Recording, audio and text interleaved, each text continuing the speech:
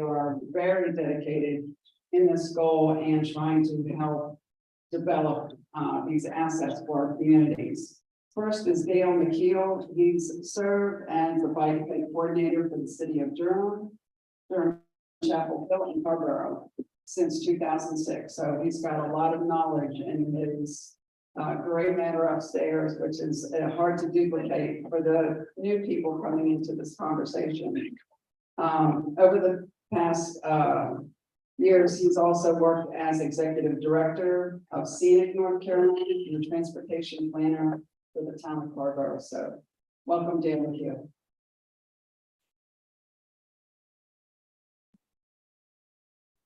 Thank you and good morning.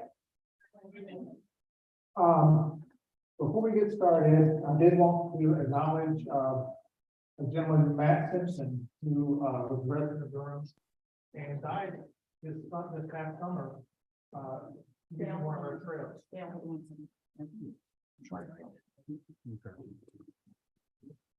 I want to acknowledge Matt Simpson, who was a resident of Durham and died this summer while he was using one of our trails. He was crossing this going from the Yellow Creek Trail, crossing Guest Road in Durham. He was out on the Sunday morning bike ride, going to a local children's museum with his wife and 2 young children. Matt did everything he was supposed to do at this intersection. He pushed the button, he waited for the light to change, he got the walk signal, he crossed the road, and as he was crossing, a car did not stop at this pedestrian highway beacon and hit him. The car stopped long enough to take the bike out from under the car and then kept going.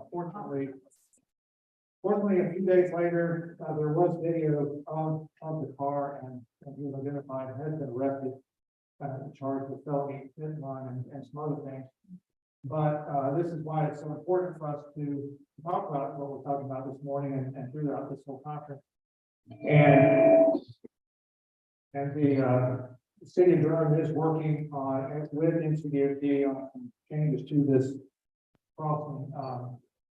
But again, I just want to acknowledge this, and Bike Durham reminds us often in Durham of bicyclists or pedestrian, and a person walking or biking is killed or seriously injured on average about every 16 days. And so that's always needs to be at the forefront of everything that we do. My presentation is really going to focus on 2 topics. It can be titled Dale's Pet Peeves. Looking at just some very random thoughts on trail connections and also taking consideration for bike paths. Trail connections. If we don't provide connections to trails, our residents will build these. Now, we could call this tactical urbanism, I guess it is, but it's certainly not ADA accessible. This is a connection between a cul-de-sac and the American Tobacco Trail. It's been this way for 20 years. Fortunately, there is a partnership between a local nonprofit, the Triangle Rails and Trails Conservancy, and the city of Durham. That hopefully this will be placed in the next 3 months or so. But when the American Tobacco Trail was built in Durham, the first 6 or 7 miles, there were a lot of places that could have been connected. There was it had to by a school or park, and there were no connections made to any of those facilities. So, you know, if we build trails, we don't need to use trails, we won't need to use trails for transportation. There needs to be that connectivity to adjacent neighborhoods, businesses, etc. This is my neighborhood, actually. A different trail, the Third Fork Creek Trail. You can see it in green at the bottom of the screen. Large neighborhood laid out in the 50s, not particularly good use of our real estate in the city, large lot being covered, but there was only one connection to this trail, to this neighborhood. So someone living at the end of the street on the left would have to walk or bike over a mile just to get to the trailhead. But the neighbors who live at the end of the street actually have a little connection for it, so it's a lot easier to get to the trail. This is sort of a humorous story in Durham. This is a subdivision also adjacent to the American Tobacco Trail to the south of Interstate 40. When the development was going through the approval process, the developer really balked providing this connection to the American Bike Trail. But then when they started marketing the houses, hey, this is improved, we have a connection to the American Bike Trail. Good thing. The Durham's UDO has language requiring connections between greenways and adjacent development, and there's nothing magic about this language, but I would encourage you all to look at your ordinance and see if you have language like this. And the in section C of this provision says that there should be connection to existing or proposed off-site pedestrian bicycle and transit facility. And so this is an example. This is the Mud Creek Trail. This is a trail that's in our trail master plan, hasn't been built. But when this subdivision was approved, they were required to dedicate an easement for the trail, but also an easement for the connection out to that road. So hopefully when that trail is built sometime in the future, it will be easier to provide that connection because that easement is already there. Okay, I'm going to switch gears now and talk a little bit about side paths. So when I use the term side path, I'm just referring to a multi-use path or a shared use path that is adjacent to an existing road. And so side paths have gotten a lot of attention in the last few years, but because they're separated from roads, much more comfortable facility. Guidance like the Federal Highway Bike Selection Guide is now recommending either separating bike lanes or shared use paths adjacent to roads with ADTs above around 6,000 or speeds above 30 to 35. This guidance has actually even been incorporated into the Big Streets evaluation methodology that was released later this year, and so they're recommending separated bike lanes or side paths along streets that have greater than 6,000 ADT speed above 35, or 4-lane divided, or more than 4 lanes.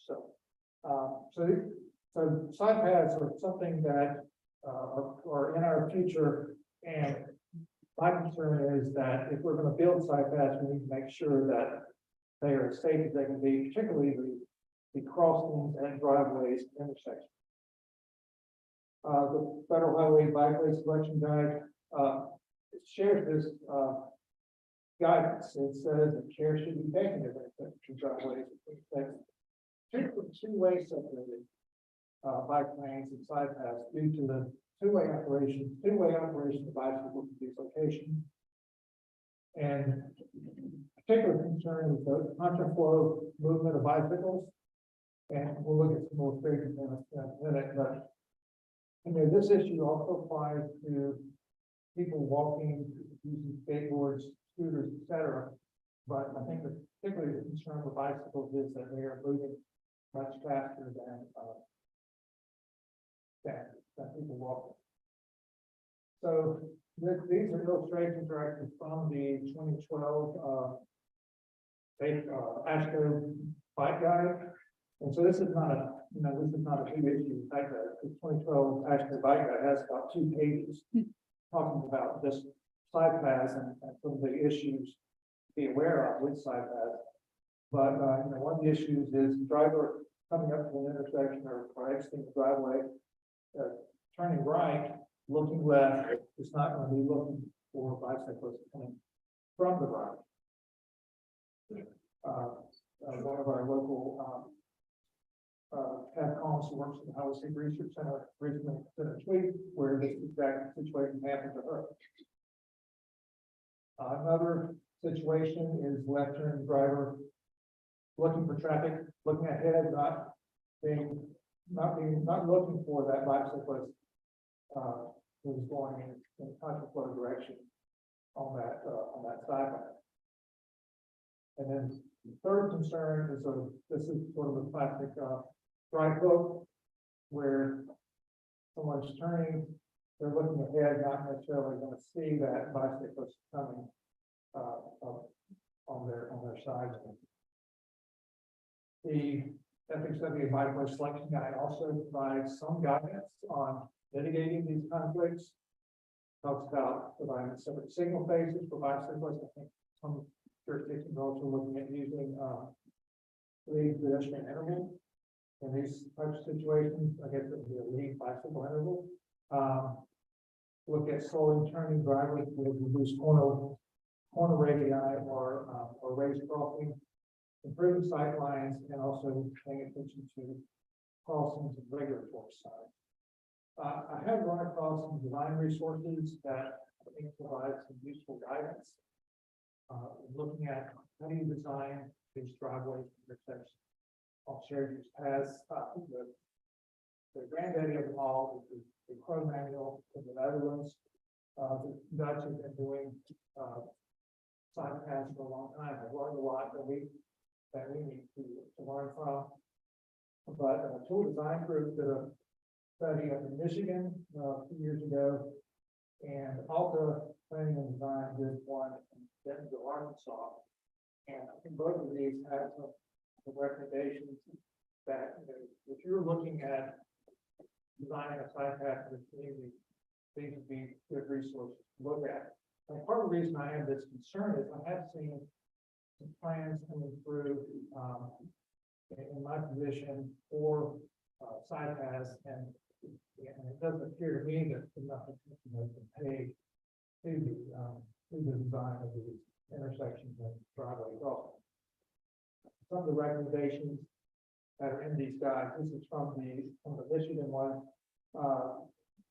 proposed use of a truck apron, sort of like you have a truck apron on a roundabout, or this would be a truck apron at the intersection, and it would make the curb radius tighter for, especially for the cars, but a truck would still make a turn using that truck apron. Another tool would be to offset the intersection and have a raised a crosswalk.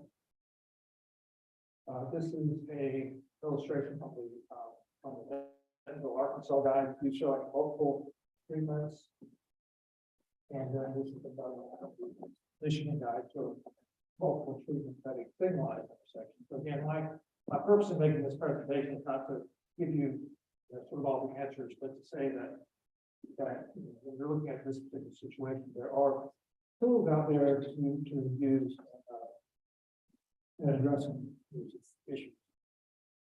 So in summary, the guides from Arkansas and Michigan are useful, but not focused on retrofits. I think both of those areas were in a situation where they had already built trails of side paths adjacent to roads, and they were seeing some of these conflicts at intersections. Again, the solutions need to be tailored to the conditions at the specific location, looking at the speed, volume, turning movements, and those guides actually look at different. They were classified even the driveway differently depending on the type of driveway. Conservative, more appropriate for low volume, versus high volume, or unsignalized or signalized driveway. And hopefully one of these days we're going to have a new action guide for the design of bicycle facilities. I thought that was coming out. It's still not out, but hopefully it will have guidance for this. I think Maxwell is also coming out with a new guide next year. So hopefully between those two we will get additional guidance on how to do this. That's what I have to say. This is an intersection in the Netherlands, and I believe the speed limit of the 4-lane divided road is 31 miles an hour. All right, thank you.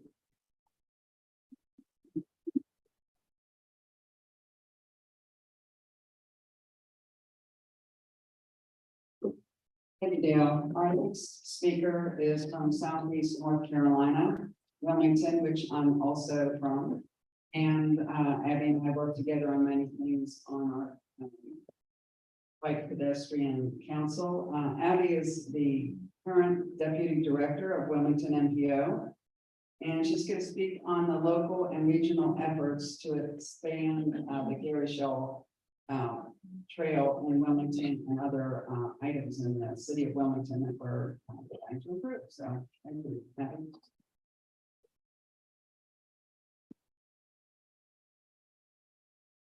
Thank you, Carol, and good morning, everyone. It is my pleasure to be here this morning to talk a little bit about some of the efforts that are going on in the Wilmington region. As Carol said, my name is Abby Lorenzo. I'm Deputy Director for the Wilmington Urban Area Metropolitan Planning Organization. My presentation today, I'm going to just tell you a little bit about the WMPO so you can start to understand our relationship with our member jurisdictions and how we collaborate and coordinate efforts to implement this infrastructure in Wilmington as well as the surrounding towns. Then I'm going to dive into really talking about the Gary Shell Cross City Trail and the efforts that have been underway really since the facility was under construction up until the present. And then talk a little bit about some of the lessons we've learned, not just in implementing the Gary Shell Cross City Trail, additional connections to it, but really in any multi-use path project in the Wilmington region. So best practices that we've done. So really quick, I always like to start with what is an MPO, because most people have never heard of such a thing, but we're a federally mandated organization. Anytime an urbanized area exceeds 50,000 in population, a metropolitan planning organization is federally required to be established. So we were established back in 1978. Today we have 10 members jurisdictions shown here on our screen, covering a planning area of just shy of 500 square miles. We have a population of roughly 280,000 citizens. We provide planning, transportation planning services for 6 modes of transportation, bringing in North Carolina because we're the only MPO that have plans for ferry. We have a ferry that runs between Fort Fisher and Southport. And in 2012, based on the 2010 census, we were designated as a transportation management area of TMA, which came with some additional requirements as well as a direct allocation of federal monies, which I'll talk about. I'm not going to go through everything on the slide, but the big takeaways are, we have to provide long-range transportation planning services for the region. We're the ones that work here creating that grid on what we want to see moving forward that can connect to the EPA vehicular, but also that's important bicycle pedestrian improvements. We also, with our federal funds, have the ability to assist our members in implementing, actually constructing these improvements that we work together on plans.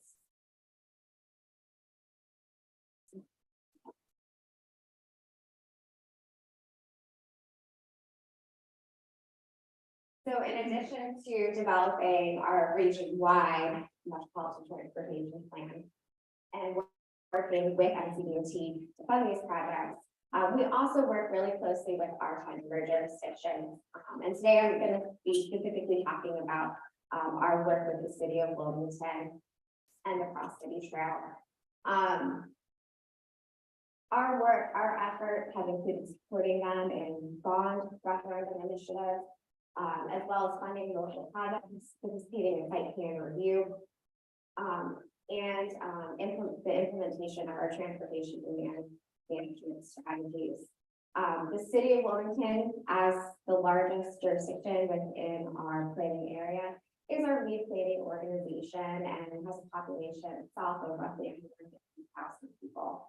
And currently, as of today, owns and maintains approximately 32 miles of multi-use path facilities.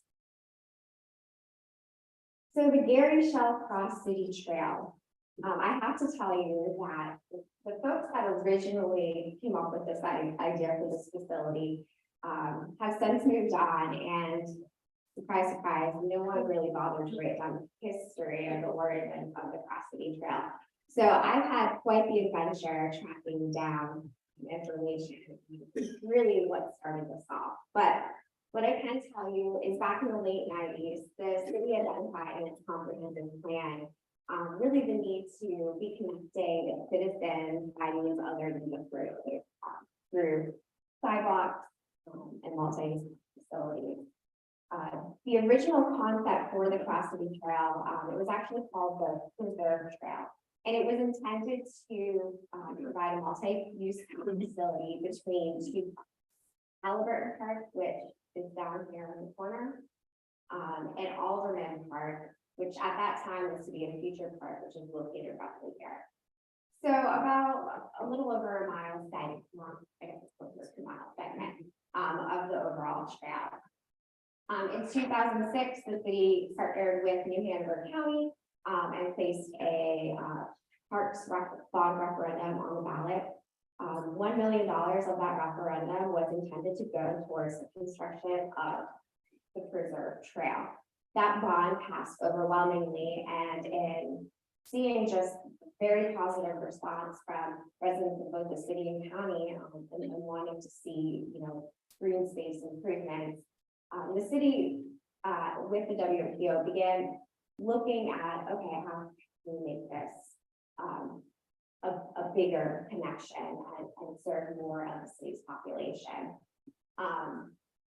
Through discussion and the identification of where, additional locations should be, the city also found innovative ways to use that $1 million of local revenues coming into the parks fund to leverage it against other states to help pay for the trail.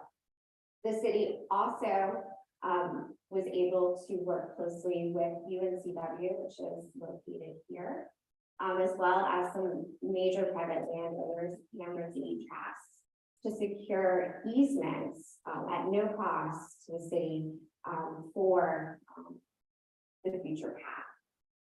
In 2008, 2009, the American Recovery and Reinvestment Act, there was money associated with that, and the Cross City Trail was just one of 6 trail facilities in the state of North Carolina to receive money for construction of the trail. In 2008, once they had identified the different sections that would make up this trail, City Council formally adopted the alignment of the trail and set out to build the trail. Between 2008 and 2015 was really the time frame for the construction of the trail. The final piece was a walkway under the High Pass Bridge, but really by 2016, the spine, the 15-mile spine of the trail had been completed. And just to give you an idea of really how strategic the city was in implementing or getting this trail on the ground, just 30% of the $9 million it cost to build this trail utilized local funds. The other 60% was through grants and donations. So I think that shows a lot of innovation on the city's part to figure out how to get this on the ground at a low cost to the citizens.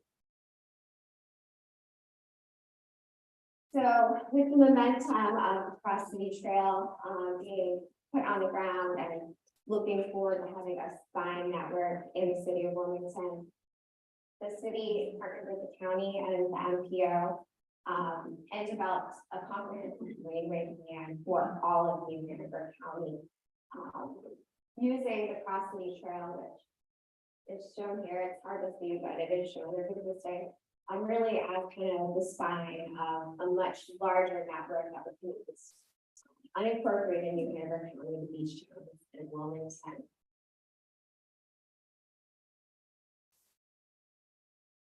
The plan identified priority projects, and this has really been the guide that the city and county have turned to for future investments in the trail network in New Hanover County. I'm sorry, I'm getting confused. So in 2014, after the adoption of the Greenway Plan, the city ran a $44 million transportation bond.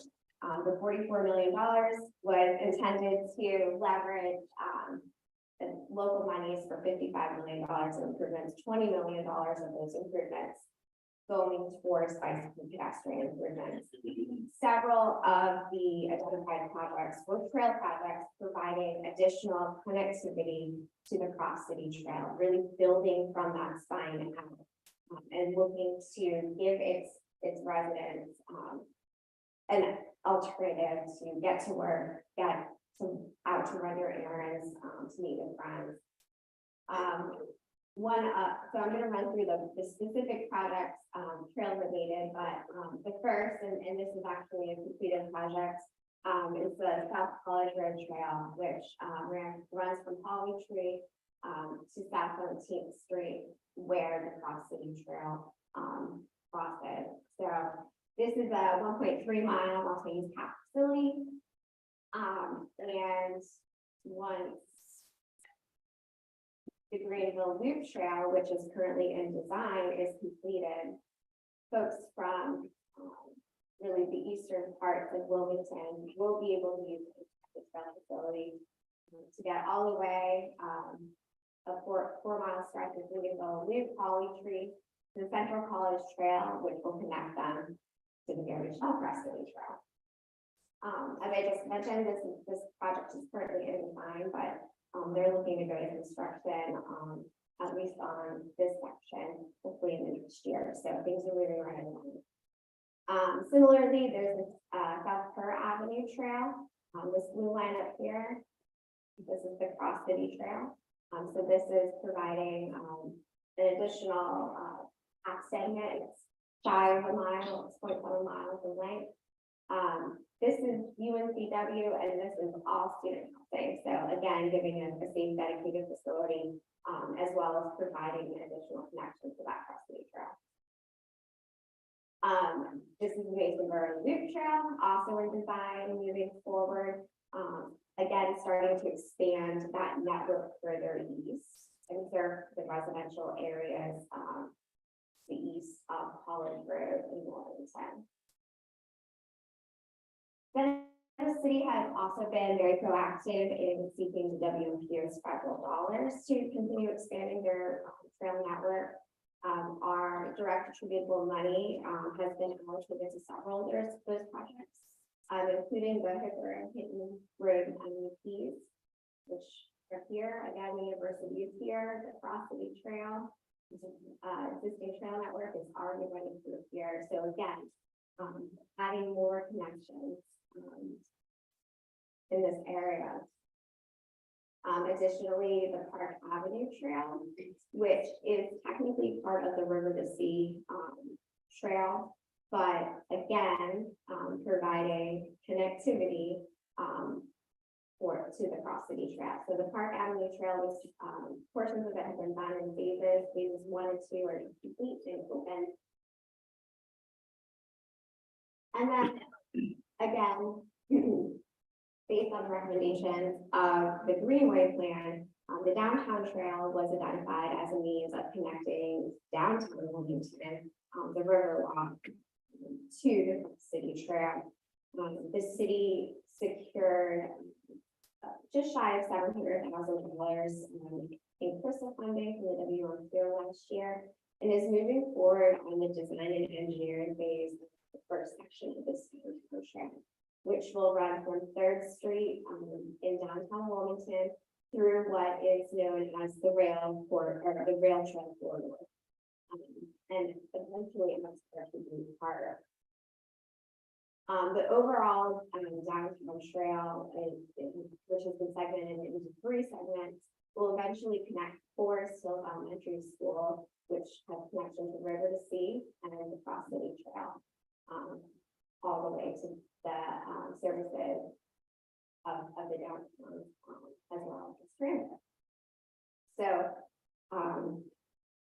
lastly, I'm just going to talk a little bit about continuation of effort that the city and the county are now participating in, again, to expand upon that Greenway network. Our Hanover County Commissioners voted in May to place a 1/4-cent sales tax for transit referendum on the November ballot.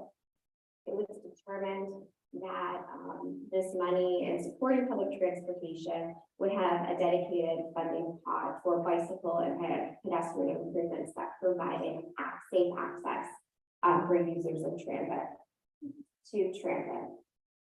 So the bond is estimated to have revenues of approximately $14 million annually. So over the next 10 years, so that is approximately $5.46 million annually, dedicated for bicycle pedestrian improvements.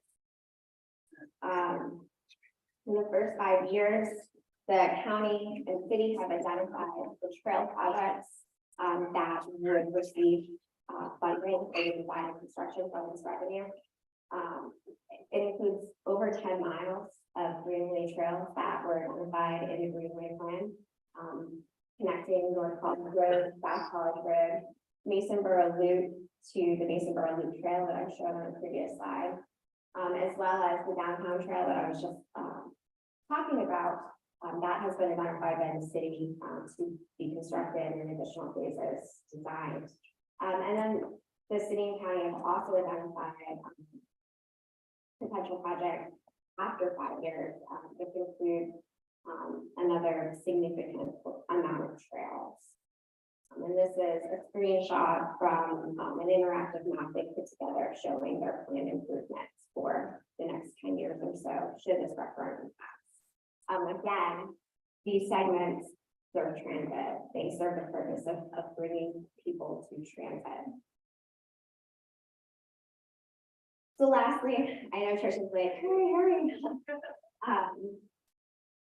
Lessons learned going through this process, and really these are lessons that we've learned through planning and project delivery.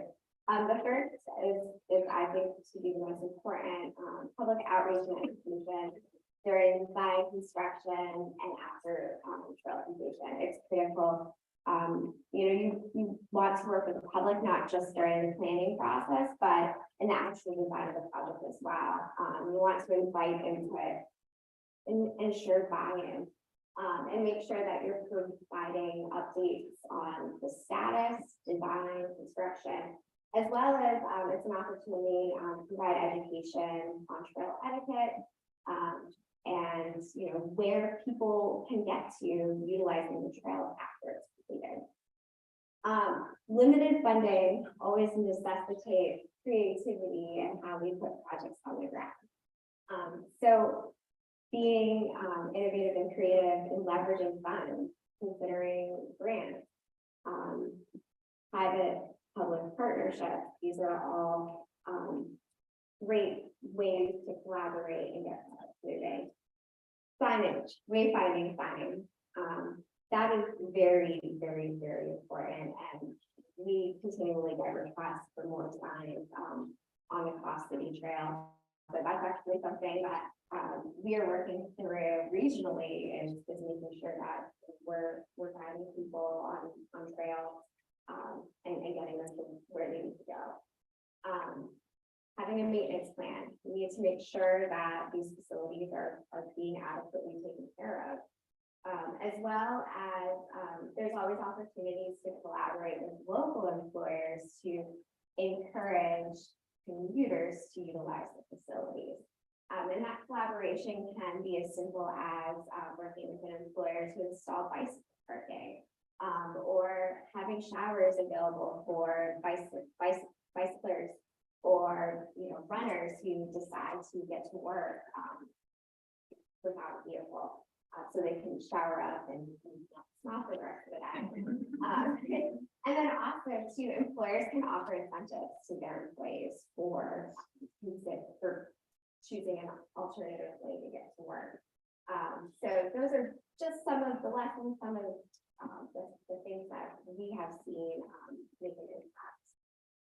And the importance to keep in mind that we work on other projects moving forward. And that's all I have. So.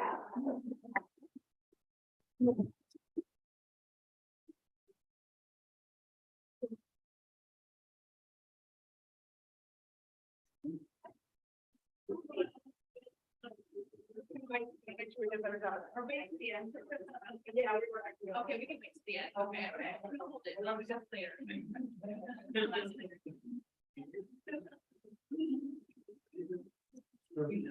As you can see, Abby is very busy in Southeast North Carolina, and next, and recent hire for East Coast Greenway for the entire state of North Carolina is Andrew Meeker, and he has his hands full, I'm sure as well, developing our East Coast Greenway in our state and trying to make it a viable connection between all the states.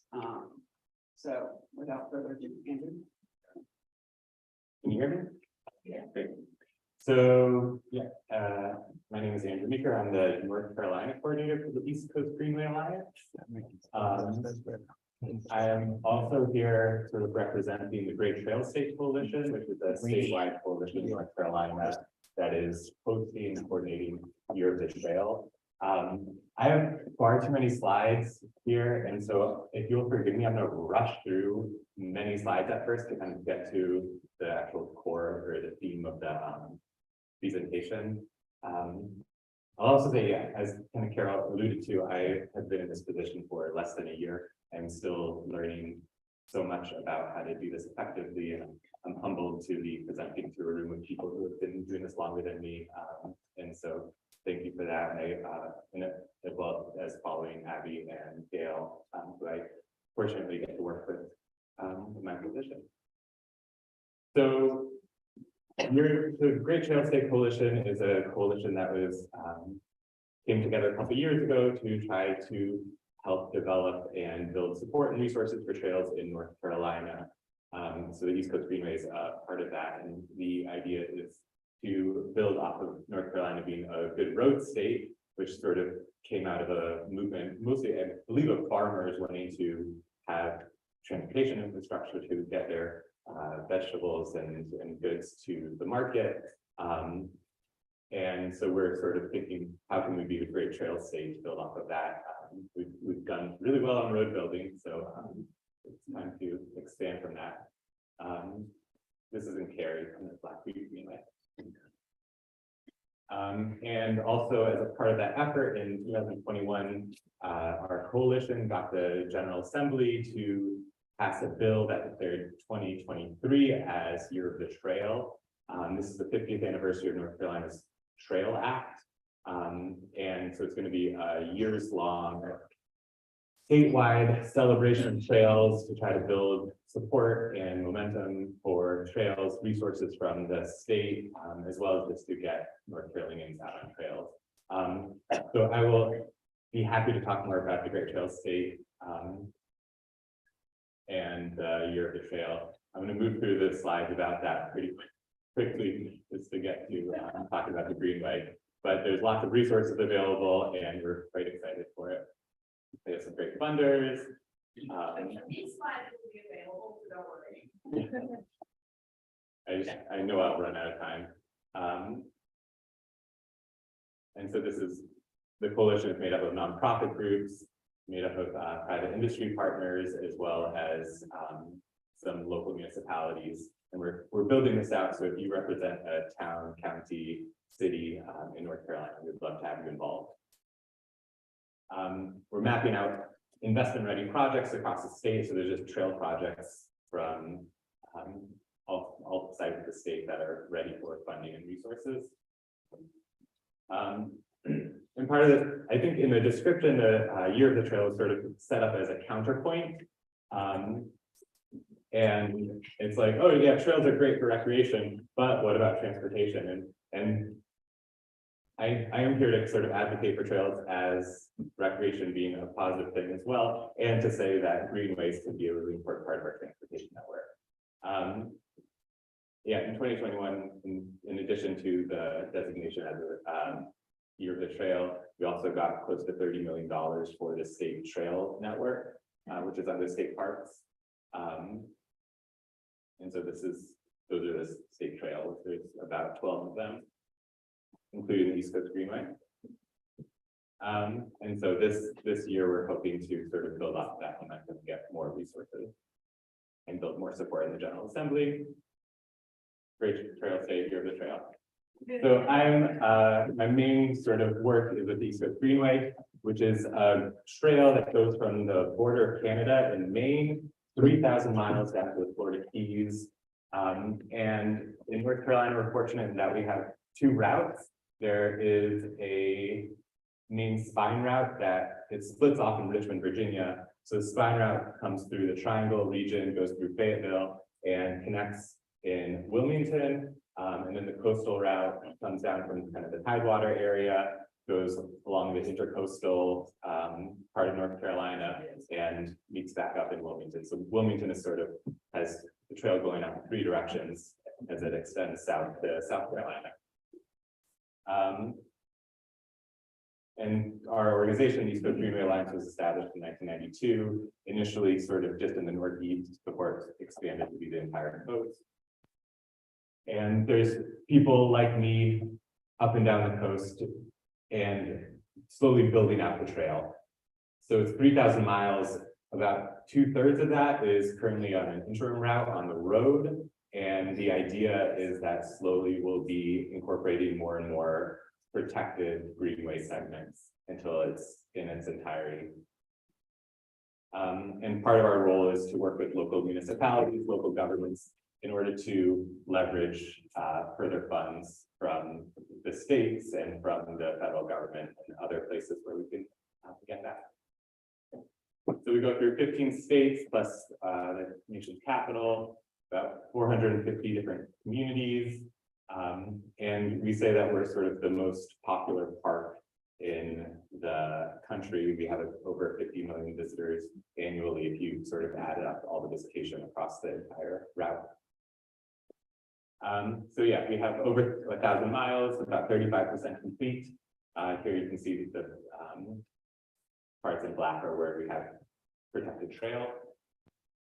And greenways offer all sorts of benefits to the community. In addition to being trail, they're a connection point between the cities that we go through and the rural or natural areas outside of the city. It's connecting the north and the south of this country. It's a place where people can exercise for health.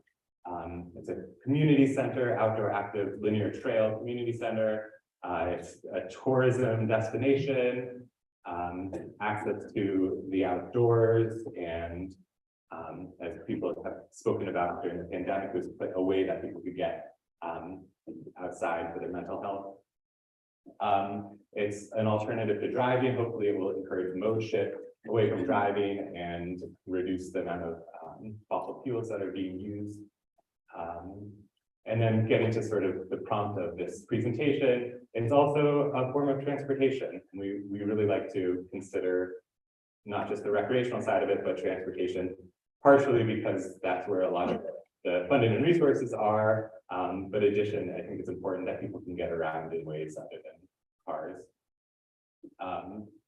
And so this is from 2021, some stats of all the different successes we've had, as well as this past year. And also in 2021, East Coast Greenway was designated as a state trail in North Carolina. So that got us access to some of the state resources and support from the Department of Natural Cultural Resources. So this was the signing of that, the governor and some state legislators, and Sarah, who was my predecessor, who did all the work to make that happen. Okay, so in North Carolina, really quickly, there's a little less than 800 miles of trail in North Carolina on the route, or 800 miles of route. About 140 to 144 of that is on protected trail. And then we also go through Greenville. Greenville's sort of that strange lollipop, because we definitely wanted to make sure to come through the city here, but needed to find a safe way to do it. And eventually it will just extend east to Washington and then north up the coast as well. And so on the main spine, we're about 28% complete and almost 10% on the coastal route. Some quick demographics. In North Carolina, we're about a tenth of the state population can easily walk to the route. And many people live really close to it. We go through 23 counties and 16 different planning organizations between the metro planning organizations, metropolitan planning organizations, and the rural planning organizations. We get to work with planners all across that route, as well as many other partners in the state, local advocates, private industry. And these are a non-comprehensive list of all the trails that we thread together. And we have lots of big goals and aspirations that I would be happy to talk more about. But getting to the main theme. So I was thinking about how the East Coast Greenway as a greenway sort of functions as part of this connected transportation network. And so I pulled out 4 main themes. The first one, maybe the most obvious that has been mentioned a lot, is that greenways are sort of the freeway or the highway of a bikehead network. And so it's the network spine.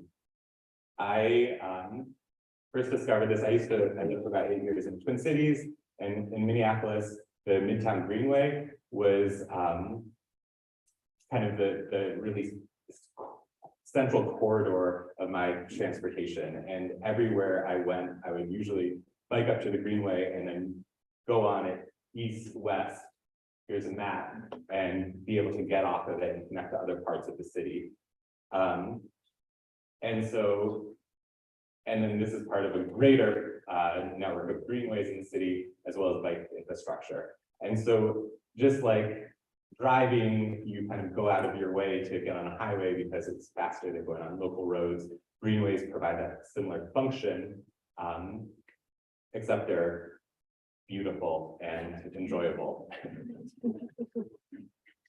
And similarly, I moved home to New York after Minneapolis, and there's a sprawling bike network there, but similarly, I lived off of Eastern Parkway in Crown Heights, and it's not quite a greenway, it's more of a boulevard, but it's a protected bike lane, and I would use that. And then moving here to North Carolina in Durham, I live near the American Tobacco Trail, and so I am fortunate enough that I can commute to my office. I have the opposite commute as Dale, and so sometimes when I leave on time, I can we'll pass each other on the American Tobacco Trail as I go south and he goes north. Here's a map of the Tobacco Trail and sort of extensions in Durham. And so other cities have sort of been able to build out these networks. We go through Washington, DC, where there's the Capitol Trails Network that's building out in DC and the surrounding areas, as well as in Philadelphia is another place that the East Coast Greenway passes through.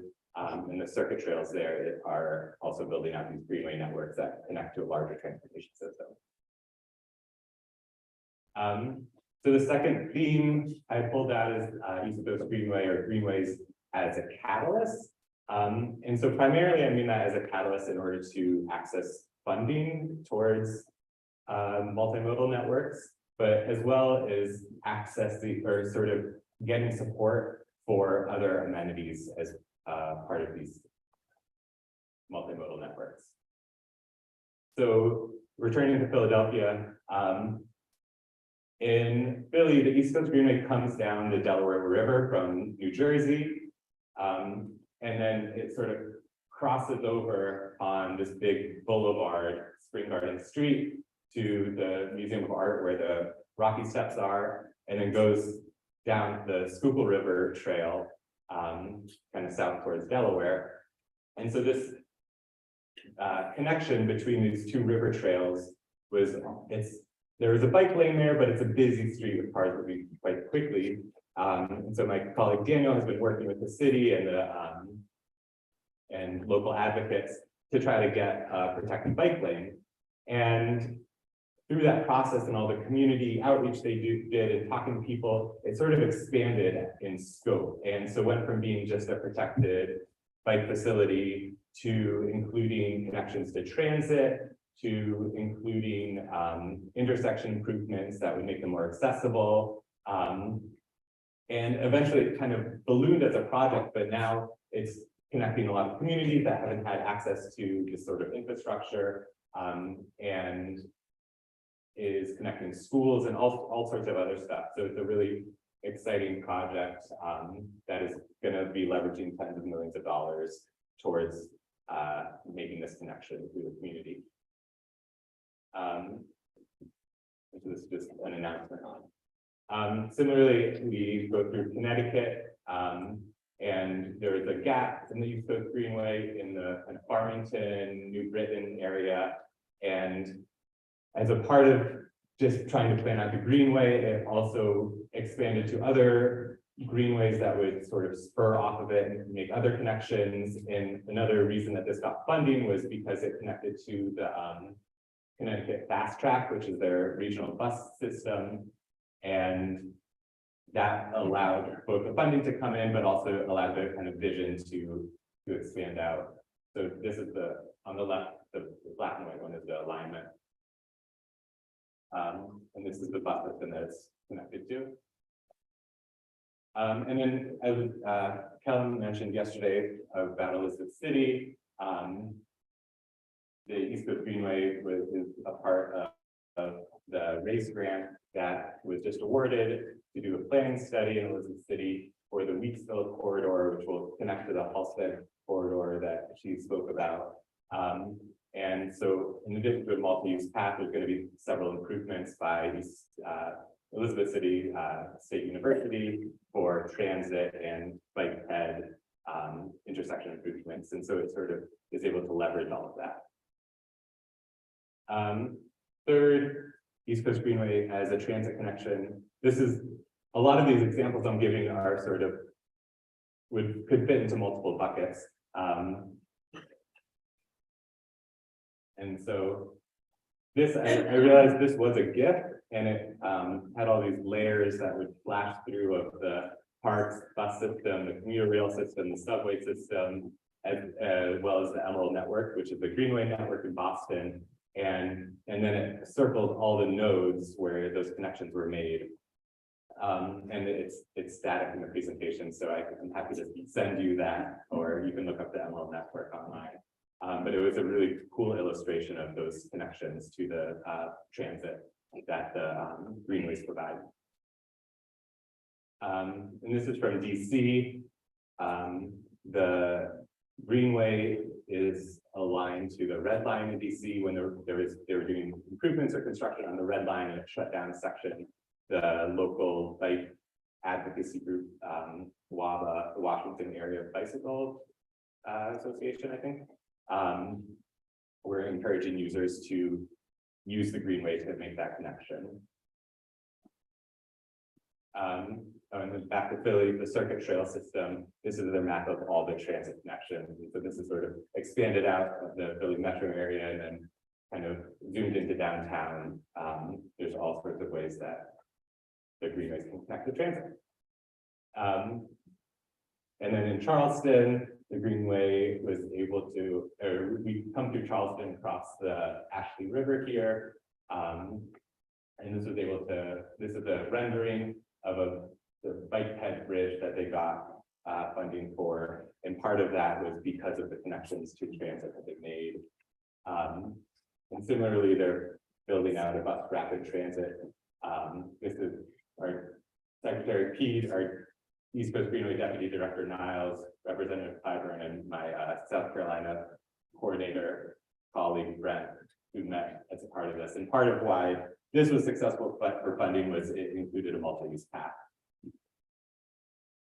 And then lastly, East Coast Greenway and greenways as a planning tool.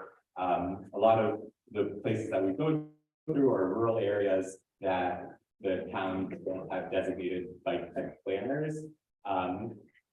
And so it's able to sort of bring communities together that East Coast Greenway passes through in order to have resources towards bike ped planning. New Hampshire has had 0 East Coast Greenway built trail, but it's about to go from 0 to 100% of the state will be have a trail going through it. And it's going to be one big effort that goes through many different small municipalities, as well as connect to Maine to the north and Massachusetts to the south. And so it was kind of creating this effort that all these people could get around and think about these larger connections, not just in the local town, but across a region. And similarly, we've been working on a project in Granville County, in Durham, or sorry, north of Durham in North Carolina, that goes through like Creedmoor, Butner area and Oxford and STEM, and is able to think more regionally about these bike ped transportation connections. So, sorry for rushing there, but that's the end of the presentation. I'm happy to take questions alongside having Dale.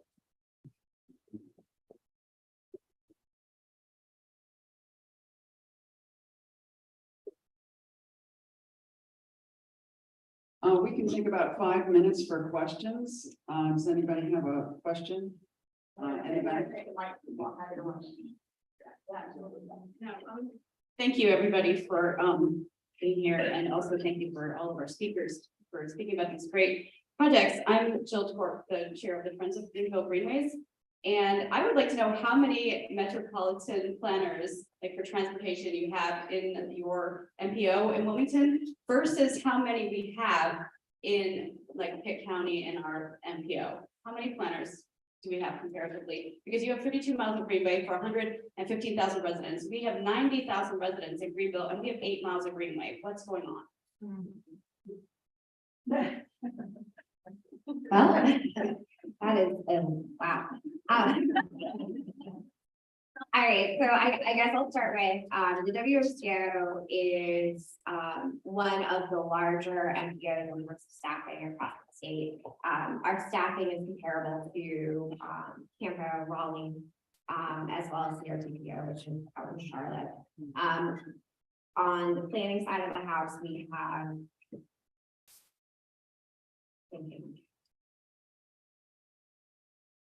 I guess I technically have 3 transportation planners, a GIS analyst, but then we also provide, we have engineering services that we on the opposite side. So in really pushing these projects forward, it's been critical that we have interested member jurisdictions. So the city of Wilmington has those 32 miles of trail, and as you can see, really since the inception of the Cross City Trail, there's really been this push to get more trail on the ground so that we can. Every 2 years, the city does a citizen survey, and that is by far one of the most heard responses of that survey is we need more walking and biking facilities. Other members within our region, so Carolina Beach is a number one, as well as the town of Leland, similarly have identified projects and are making significant efforts to move those trail projects forward. One of Leland's recently completed paths actually won an NCDOT MOBI award this year. So there's a lot of excitement in our region. You know, I know Ilya. Okay, he may be better equipped to speak about efforts here in the Greenville region. He is.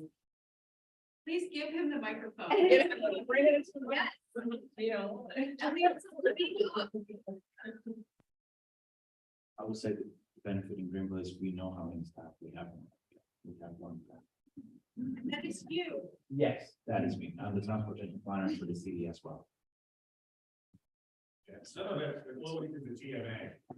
That makes a big difference. Yes. We need the extra federal funding dollars that they can use on projects like that. So when you have a urbanized area that's just about the 200,000 or more, you get the extra funds, and so they can use it for projects.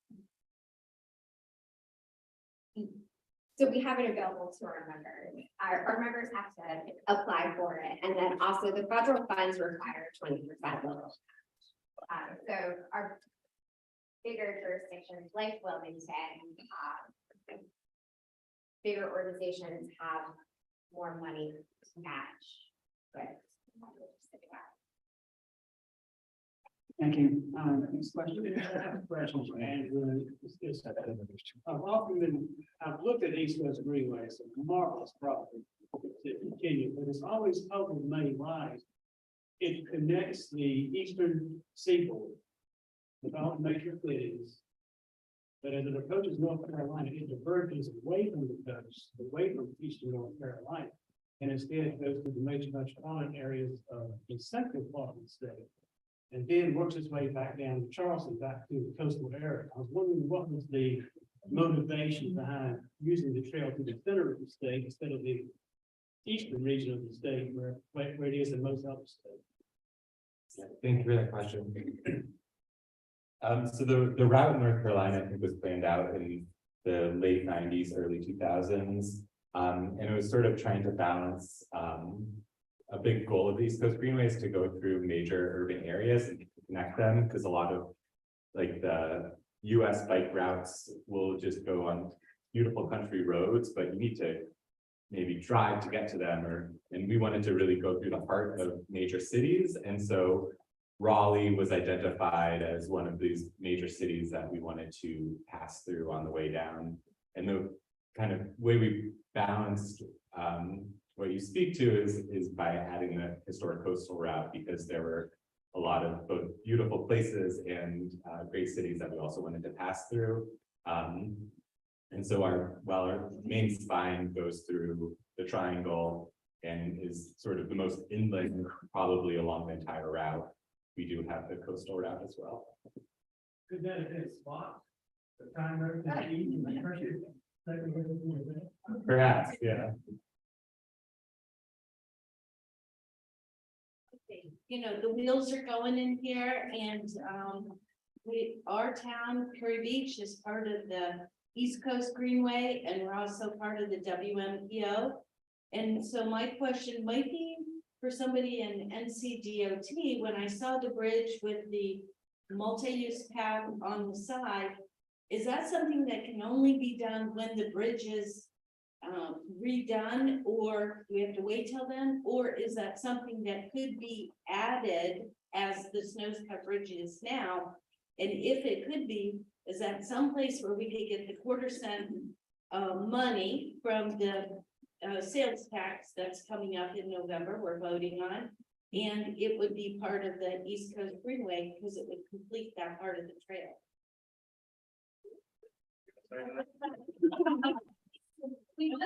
Bridges are expensive.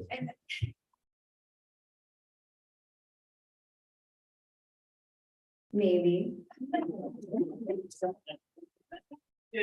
I mean, that's honestly, there's a lot of moving parts to that question. Like so many where I don't even know where to start. We might have to continue this offline. I can tell you that their DOT is beginning a feasibility study for the replacement of Snowscut Bridge. That would be good informative. So that is coming, but as Andrew just said, bridges are quite expensive. So those tend to be projects that if we can combine efforts and do a multimodal project, that's what we want to do. In terms of the quarter-cent sales tax, first we'll have to see if it passes in November, and then those will be questions for the New River County and the city of Wilmington, as they will be the direct recipients of those funds because it's for transit. So. And for folks who aren't familiar, Snowscut Bridge is what connects Wilmington to Carolina Beach. And it's Pleasure Island, and it's not a great facility to bike over. There's been several accidents historically there. But it gets you to the ferry. Right, it makes the connection to the Port Fisher Ferry down to Southport. So yeah, we would love to. I mean, water crossings are a huge barrier for multimodal because you have to find a way across, and it's really expensive to do that. And so when the opportunities present themselves, it's really important that NCDOT includes bike ped facilities because it's sort of a once in a generation project. If you want to see a good facility, the bridge over to Surf City in Pender is kind of example of where they did incorporate a side path to the bridge. All right, thank you. Next question. I have a kind of a moving question, and it's kind of an alarm bell. I've been in public health for a long time, and since the eighties, we've been talking about lifestyle changes, and we know that lifestyle changes make a big difference. Physical activity, food selection, social connections, all benefit health and place of attachment, which is great. And we're putting a lot of money into building features and promoting the features. But I haven't heard anything about getting people to use the features. Because if we don't use it, just like public health, the funding stops because they don't get the benefits. So it seems we need an effort to get them to use the walkways, and because otherwise we'll never get any benefits, and then. But we've done a great job building it out, but where's the effort to get them to use everything, so we get place of attachment? Right, I mean, your suggestions are great, but it seems like we need to put effort into making that happen. Was that just not part of the schedule here, and I'm missing, I'm not familiar with this, or is that something we need to work? I know. In the WMPO region, and we do events all year round. We have a staff person who is dedicated to our transportation demand management program.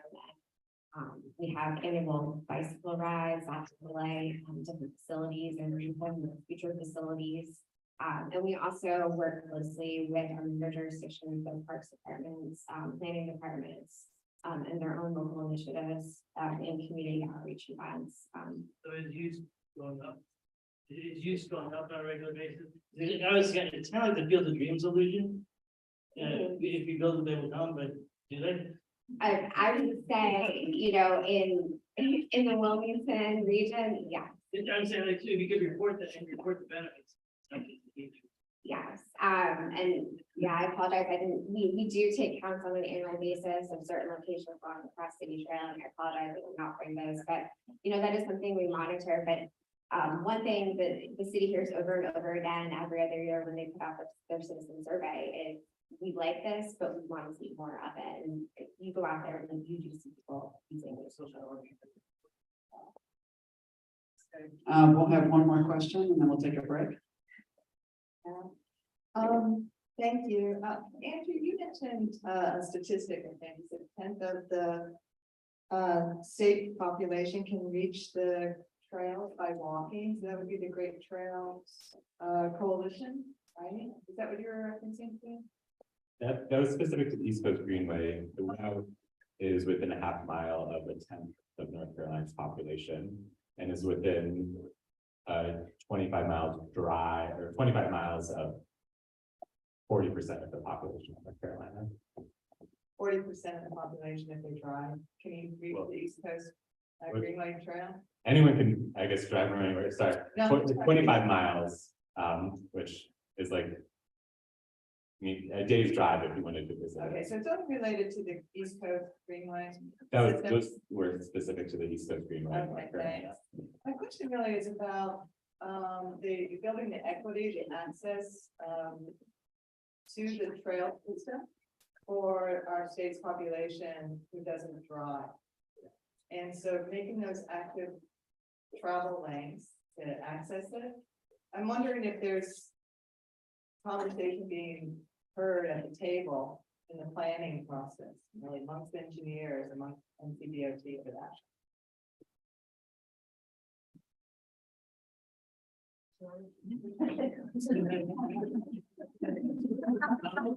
Yes.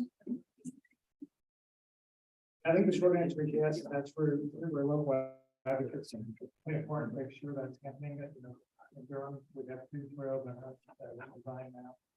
That are 1% for different for residents of Durham, you know, but it's something that we continue to evaluate things. Make sure we should also.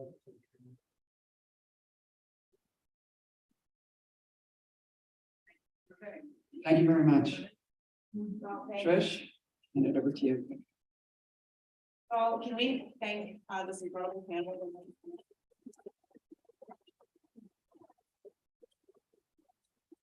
I mean, to me, this is where connectivity and community meet, right, is on pathways and on the greenways. So I really am grateful that this session happened today. I think that is so cool. So I thank you all again for still being here and for making a commitment to the rest of this summit. We have a couple of changes in our schedule, and I think it's going to be good. So I'm choosing to see it as good. Our final keynote speaker is the amazing Faye Edwards from World Track. And I don't know how many people in the room know about World Track, but you are in for a treat. And I'm really, really excited that she's here. And Deborah's going to formally introduce her in just a second. Our lunch plans have changed. We have box lunches available, but they need a little bit more time to set up. So we're going to adjust a little bit since we had such a very full breakfast. We're hoping that you all will be gracious with us, and we're going to start Faye's session in about 7 or 8 minutes. So take a bio break. We're going to go ahead and have Faye's session, and then we'll have the lunch boxes available. So you can take it to go, or you can take it for the last session, which is our practical garden orientation. Is that okay? You all, you're okay with that? Okay, thank you guys. I appreciate you being flexible with us. So look at your watch. Look at your watch. 7 minutes from your watch or your clock or your phone.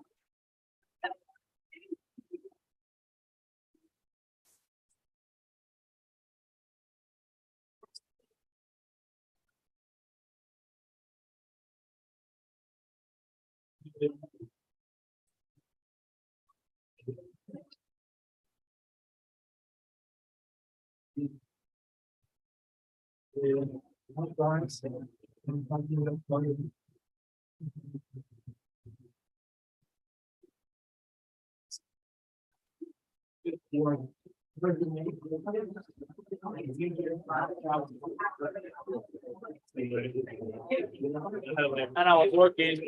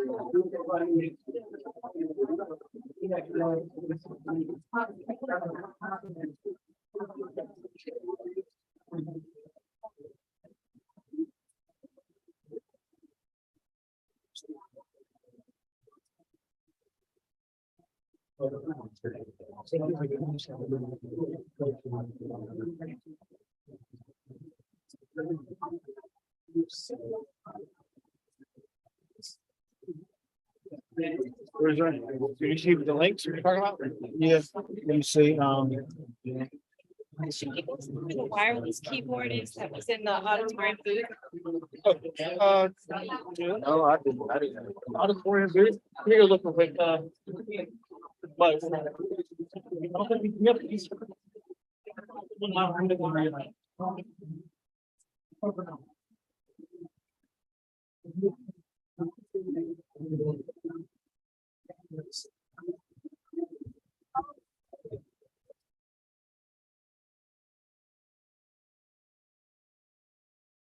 Yeah, it is, and I can do help on that one.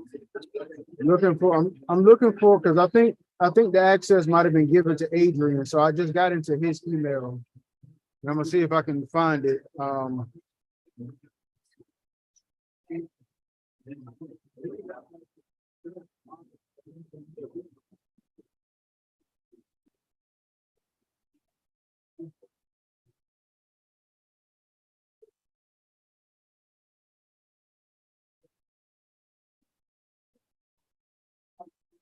Yeah, it's not even.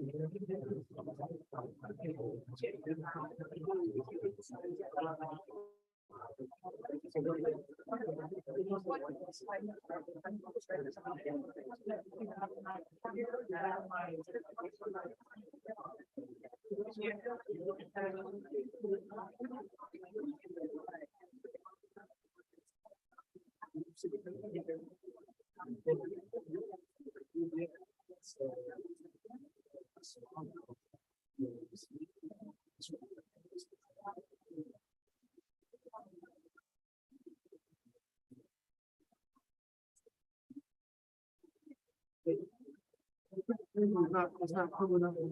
It's not pulling up.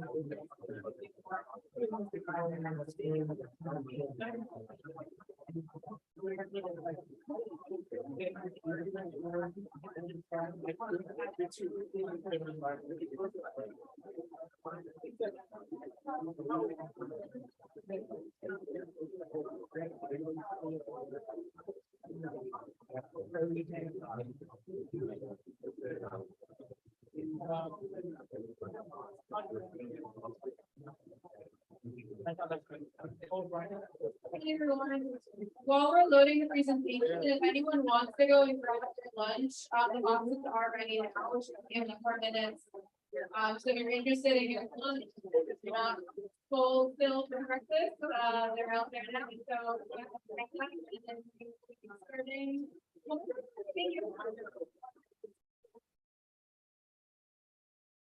Thank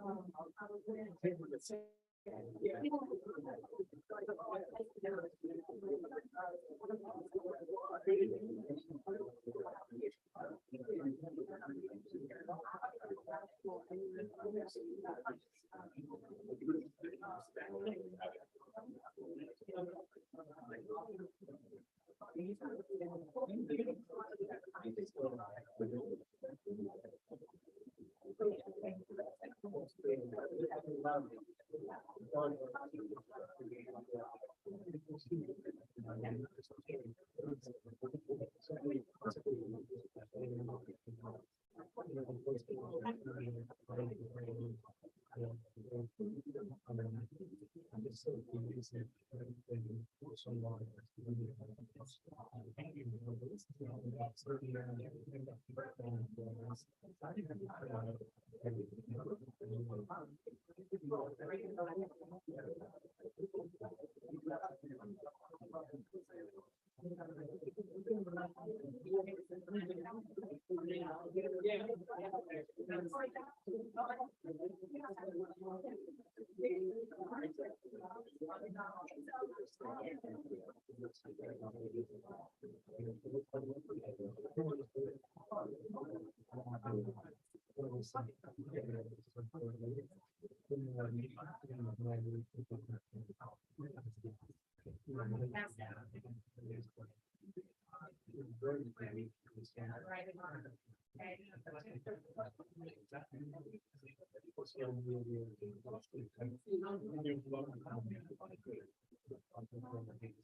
This is my line. Holding on to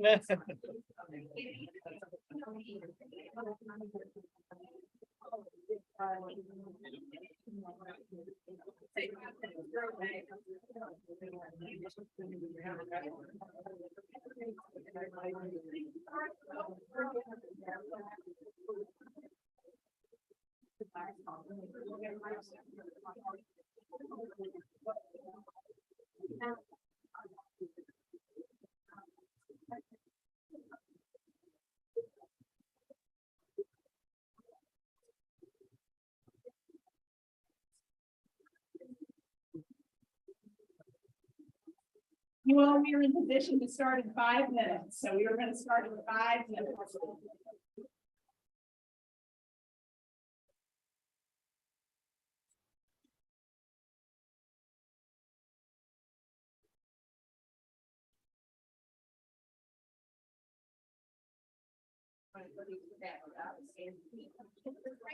Like working also.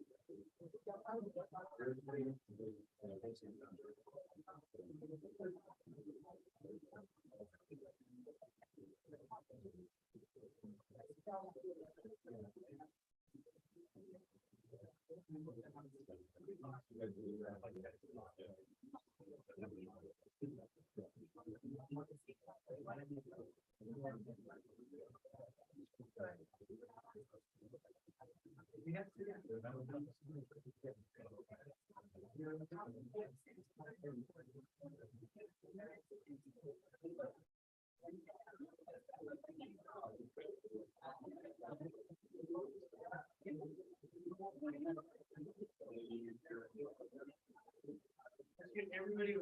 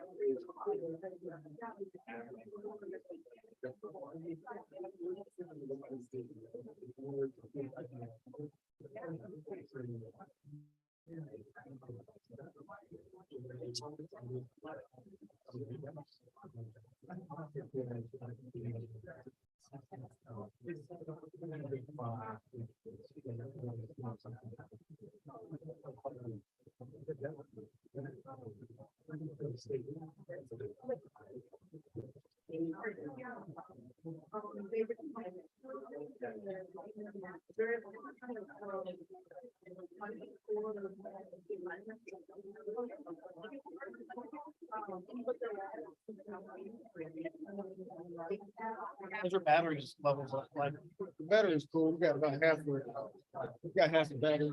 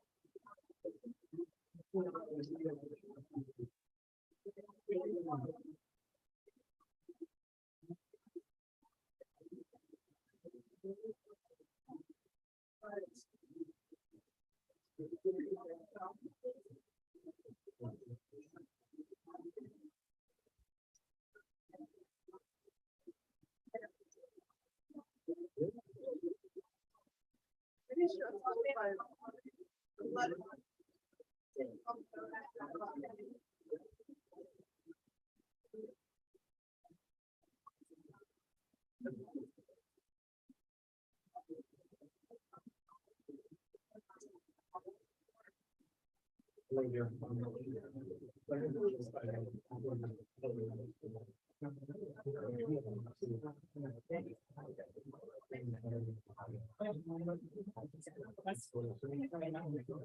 right, well, thank you so much for making this work. I mean, how many of us in community building or community organizing work have recognized the importance of pivoting on the spot or innovating or doing things on the fly, right? We all had to do it. So I really appreciate your all's graciousness in allowing us to do that just now. So thank you.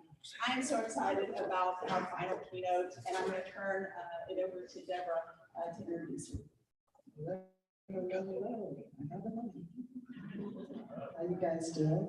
I'm Deborah Franklin with the Bicycle Auto Company, and I'm also the board member of BikeWalk, North Carolina. Thank you for sticking around for this truth. I wanted to introduce Faye Page Edwards.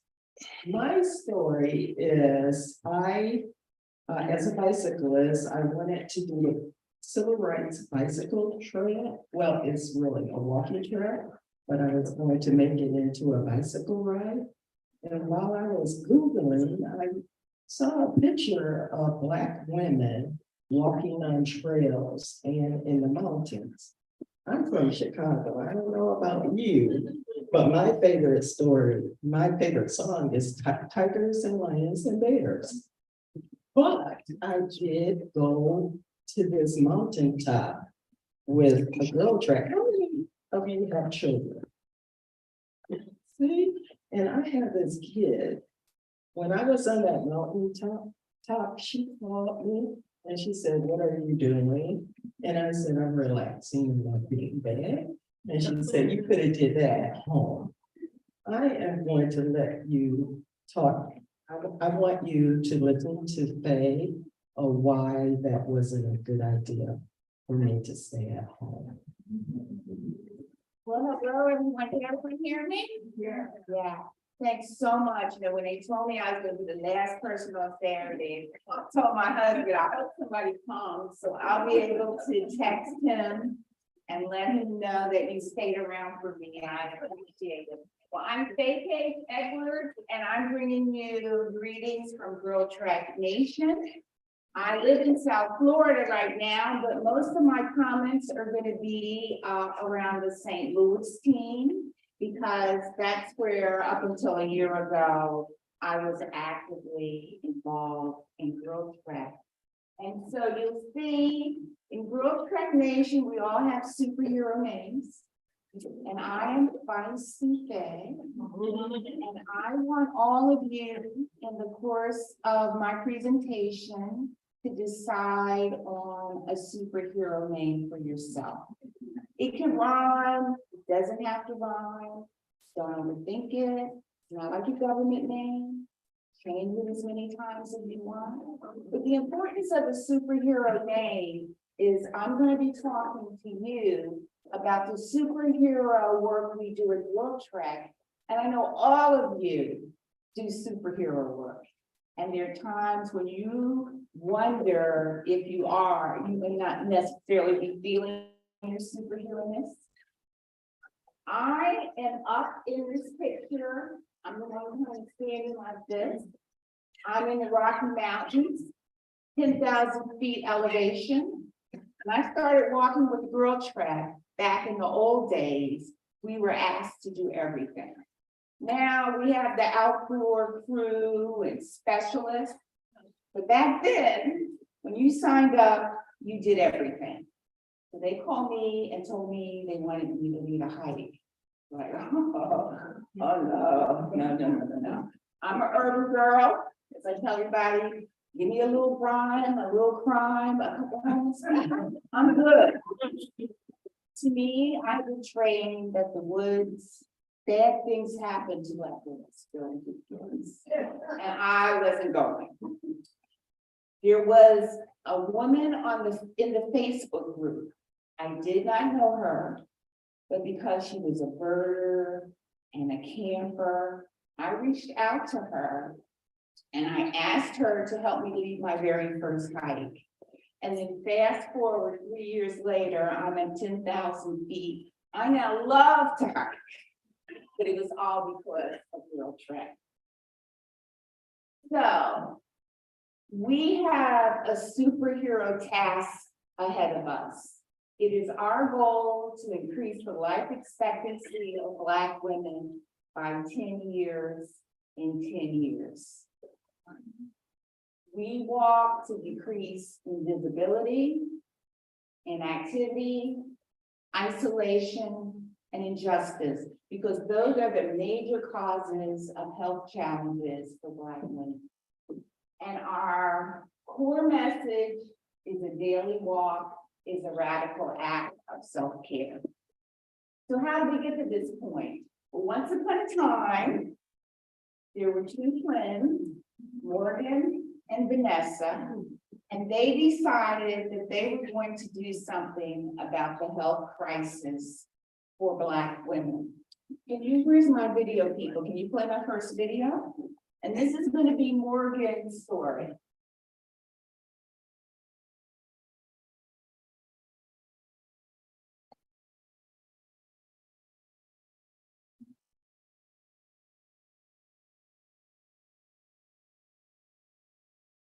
We have a few challenges.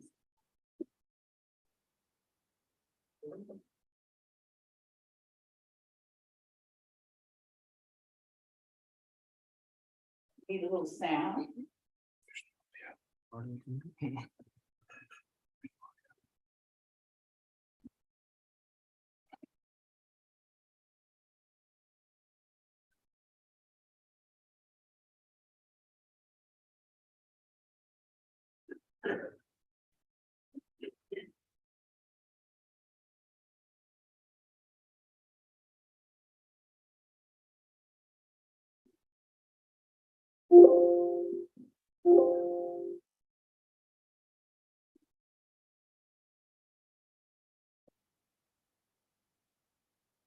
My name is Morgan Dixon, daughter of Carol, daughter of Lisa, daughter of Luke, and this is my health story. So I suffer from depression. The kind you don't really know you have. It made me harder than I wanted to be, meaner than I should have been. It made me work too hard. It made me not pick up the phone when my mom called. Made me shy away from friendships and intimacy. I had depression. It wasn't ever addressed, and sometimes it was even celebrated as independence or success. My commitment to really working too hard for praise and money to make somebody else's dream come true was actually a way to escape a deep emotional pain. I have it, my mom has it, her mom had it, most Black women I know have it. I could try to explain where this kind of emotional pain or trauma comes from, but I don't really know. I feel like we medicate ourselves with alcohol, drugs, sex, church sometimes. My drug of choice was work. I started to walk because I was actually just ambitious. I wanted to run a 5K, and my ambition became my dope. But something happened when I started to walk. The pace of the world slowed down. And on my walks, I began to heal. I became more aware of my body, more aware of the world around me. New birds nest there, the asters poking up through the ground. When I walked, I felt transported, like I could finally let my shoulders down and breathe into fresh air and relax. When I walked, my story and my history became very clear. Bad relationships, family abuse, abandonment, all of that leaves a mark. So when I walk, I pray. Vanessa and I started Girl Trek because we wanted to walk to heal ourselves, and it helped us. And so when we got outside away from computers and obligations, we realized there's a vibrant world out there, and that God's grace was beautiful and abundant and healing. We wanted to connect with it, and we wanted to bring as many sisters as possible. So walking for change is not anything new for Black women. You think about freedom seekers and Harriet Tubman, you think about the women in the Montgomery bus boycotts. Black women have been walking for change for a long time. With the obesity crisis and all the other health crises facing us, we knew that walking was a good strategy.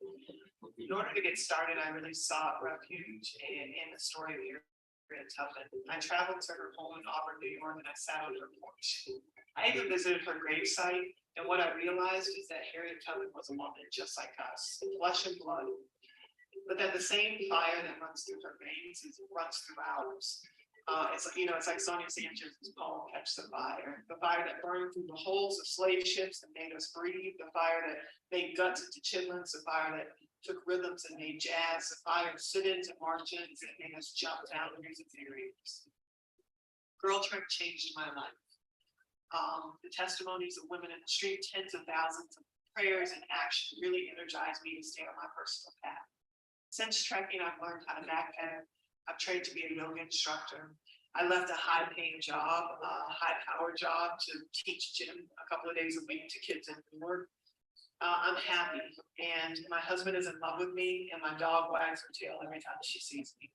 My family, my sister, my mom, they stand by my side. And I can truly say now that I love myself, and I can say I love you to other people in me.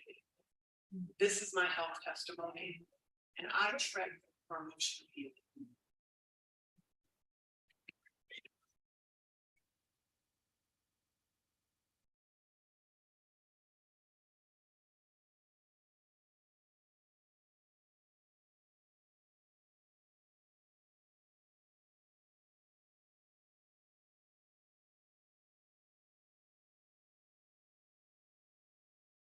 So he's gonna get my slides back. So that's kind of in a nutshell. They started asking their friends one by one to walk with them. Girl Trek is defined as a personal discipline of walking. You'll hear me talk about being a crew leader.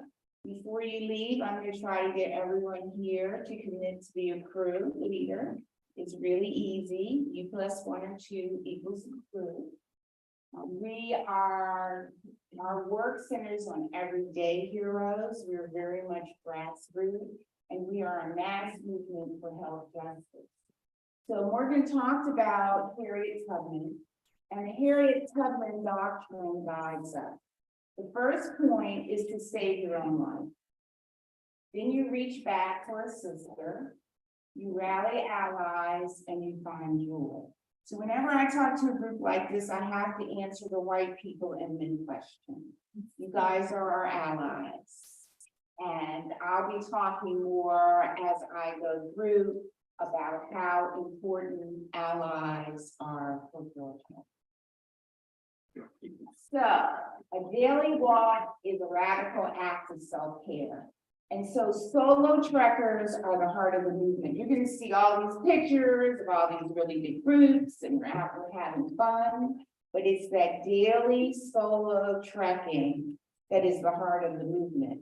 But although you are solo trekking, you are part of something bigger. So my story is in 2012, I had just moved to St. Louis. A friend of mine called me from Kansas City, and she said, there's this organization called Girl Trek, but I don't have anyone here in Kansas City. Will you be on my team? You know, I'm known for being for everything. So what do I got to do? You got to get a blue shirt. You got to walk. And so I started as a solo trekker on a virtual team. This is a story of Irisha, and this is her weight loss story. We are not a weight loss group. We are not a fitness group. We are a health sisterhood. But this popped up, I know Irisha, and this popped up on social media about 2 weeks ago, so I thought I would include her because she just completed her 1,000th walk. Now, when you look at Irisha, she's still a pretty big girl, but she's already lost several hundred pounds.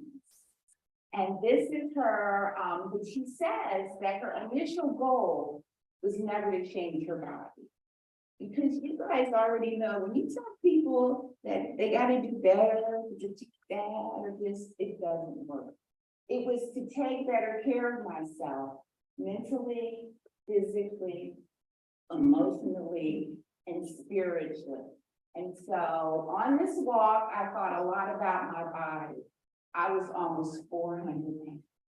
So she said she lost weight, she gained weight. Anybody who's been on the journey, you know, it's not a straight trajectory. This is her thank you, which she posted a few weeks to Girl Trek for giving her the blueprint of a 30-minute walk. We represent Superhero Blue. She has on her Superhero Blue. That's me up here in the corner. I'm to the left, that's my sister Susie. Before you leave today, I'm gonna convince everybody to earn your golden shoelaces. We self-funded Girl Trek, and now for you guys, you know, I don't really want no golden shoelaces. I'm not gonna give you golden shoelaces. Earn them on behalf of someone you love. But you should take 2 of these because it's gonna show you how to earn your golden shoelaces. If you don't want a blue shirt, the gray abolitionist shirt is very popular for the guys. And you can get your gear at Girl Trek.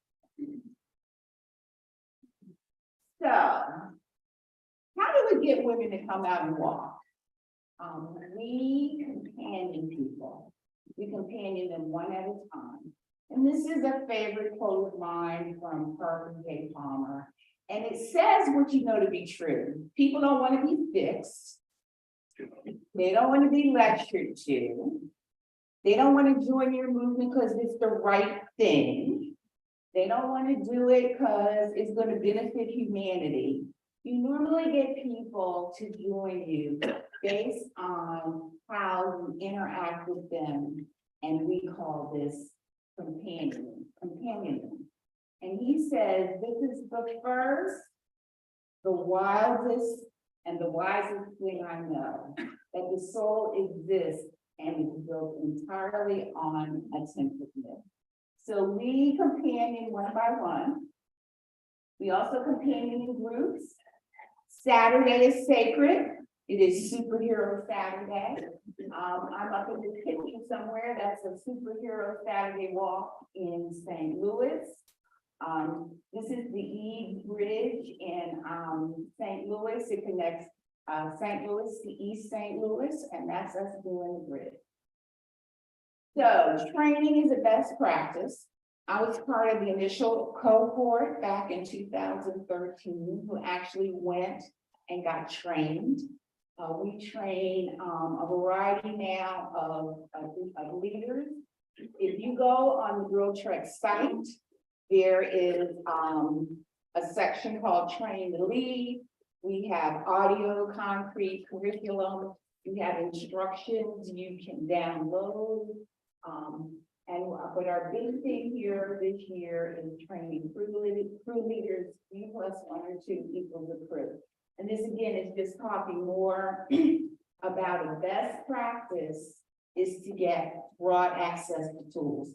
So it's nice that I've said you wanted to be a crew leader, but you're like, oh, how do I do that? We have all kinds of training tools to help you, and my email address is all over the place. I'll help you.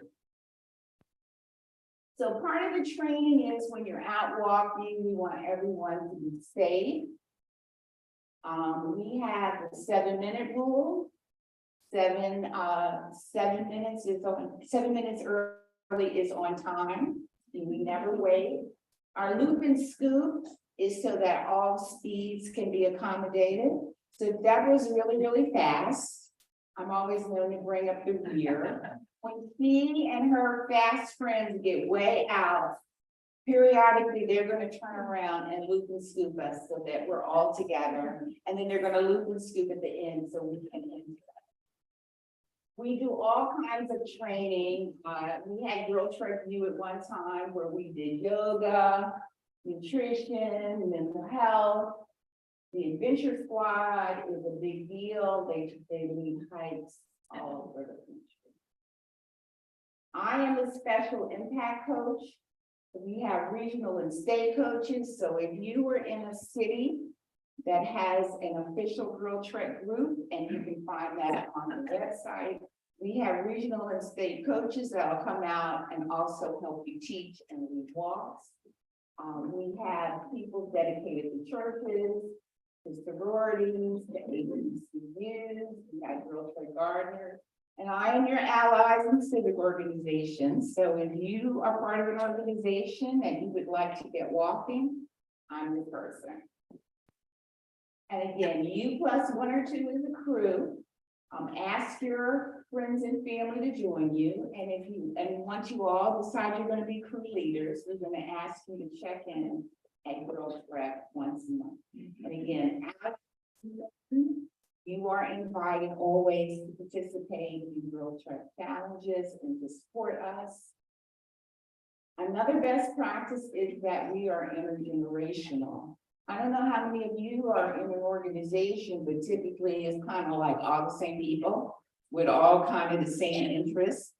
I recently led a walk in Florida, and I had to smile because you just don't know who's going to show up at the Girl Trek walk.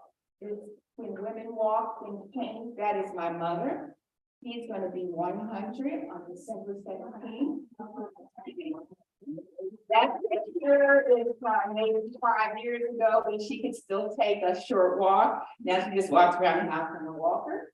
But at 100, as I tell everybody when they say, well, how's your mother? I say, well, she's 100, but she can get up in the middle of the night and go to bed and go to sleep. All of the years of walking with girls.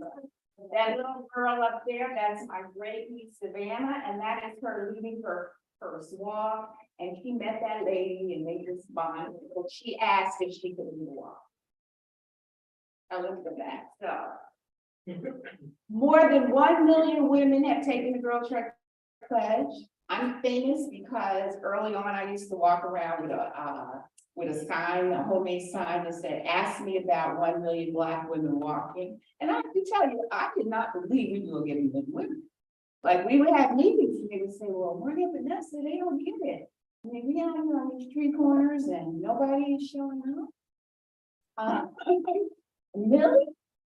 But over time, obviously, we got convinced and we kept running. Our new superhero goal is to reach 7 million Black women. And again, it is to increase the life expectancy of Black women by 10 years in 10 years. One of the fun things we do every Thanksgiving weekend is Black Family 5K. You can have your Black Family 5K, even though you're not Black. It's okay. Black Family 5K is a commitment to start a family tradition, to have a family walk over Thanksgiving weekend. You can go online at blackfamily5k.com. You can make your own race bibs, give your family's name, and then over Thanksgiving weekend, y'all just walk when you want to, wherever you walk. That's my brother Jerome, who's obviously my Black Family 5K. That's my husband Victor, and those are my great niece and great nephew. Again, one of our best practices is fun. That's me with my biking buddy, Deidre. One of the things that I miss about St. Louis is I live in downtown St. Louis. Go right outside and I could ride on a covered trail for 100 miles. This is so much, yeah. The Girl Trek Bridge. We typically end the walk with the Girl Trek Bridge. That's me in St. Louis. We attempted to have the world's largest bridge. We didn't quite make it, but we had a great day. Our Girl Trek Joy Jump is also one of our signature moves at the end of a walk. I personally can't jump like that, but if you would like to do a Joy Jump, you are welcome. Everybody should have this sheet of paper. Shows you how to claim your gold, how to earn your golden shoelaces. It has all kinds of directions, but what I want you to remember is you can do it any way you want to. We do not have Girl Trek police. I'm not going to show up and say you didn't follow the rules. But you are asked to complete 21 walks in 30 days. 1 per day, no double dipping. And we always feel that it's best if you walk outside and you get your heart up. But If you live in Chicago and it's 0 degrees and you gotta walk the hall somewhere, that works. If your mobility is challenged and you can't walk 30 minutes, do 10 minutes in the morning, 10 minutes later, just get her done. That is the point. And so, we have the 30-day jump start, which gives you suggestions for walks. We have the remix, but do it however you want to. Oh, and when you claim your laces, you are Team North Carolina BikeWalk. So, you were part of a whole group, and we'll all be looking to see how many laces were claimed on the North Carolina BikeWalk. I mentioned that men are invited to participate. One of our best practices, we do have women-only spaces. We won't let you guys into the Facebook group. But any person who self-identifies as female, you're welcome in our Facebook groups across the country. And also when we have official Girl Trek walks, those are going to be women-only spaces. We have all kinds of tools for you when you decide you're going to get your organization walking. I'll produce your own personal frequently asked questions, flyers. I can help you with social media posts. I'll be happy to jump on a Zoom call for you. We also have Black History Boot Camp. I strongly suggest if you went through years of school and you didn't have any Black history, this is your chance to have a walking podcast. It's going to really help you understand how American Black history is. We've had several editions of it. Right now, we're doing neighborhood stories. You can find these podcasts on our website. We have more than 1 million downloads, so of course you can be able to find them on Spotify, Apple, wherever you get it. We're very much into acts of justice. No commission is needed. That's me up there in the corner working with TrailNet, which is our local BikeWalk organization doing the traffic calming project. We have Girl Trek Gardeners. They are very active in the environmental justice and food justice area. And that's just the Girl Trekker who decided she was going to clean up her neighborhood. Some Girl Trekkers have adopted highways to clean. Somebody collected jump ropes. I'm now helping a group in Los Angeles walk with LA Walks. LA Walks is the biped organization there. And about 2 weeks ago, they taught 11 women how to do walk audits. And they're hoping those 11 women are going to bring 11 more women. And there's a specific neighborhood, I think it's called the Crenshaw neighborhood. I don't really know LA, but they are going to make walk audits a normal activity there. It could be as simple as a book drive. We attend justice events. At the 50th anniversary of the Edmund Pettus Bridge in Montgomery, Alabama, 500 of us came from various cities there to participate. We do voting activism under the Girl Trek Black Justice League.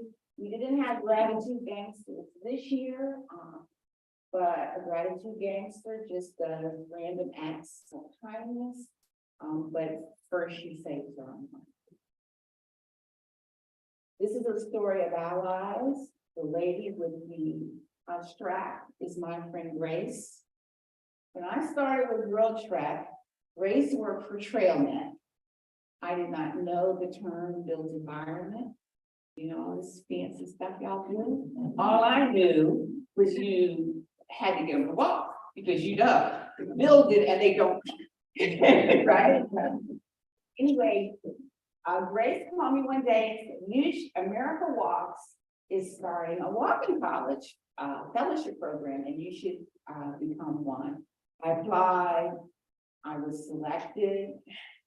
Since then, every year, several girl truckers have become America Walks, Walking College Fellows. I've been a mentor, many of us serve as mentors, but that came because my ally Grace reached out to me. Her other big influence has been, she works with something called the untokening.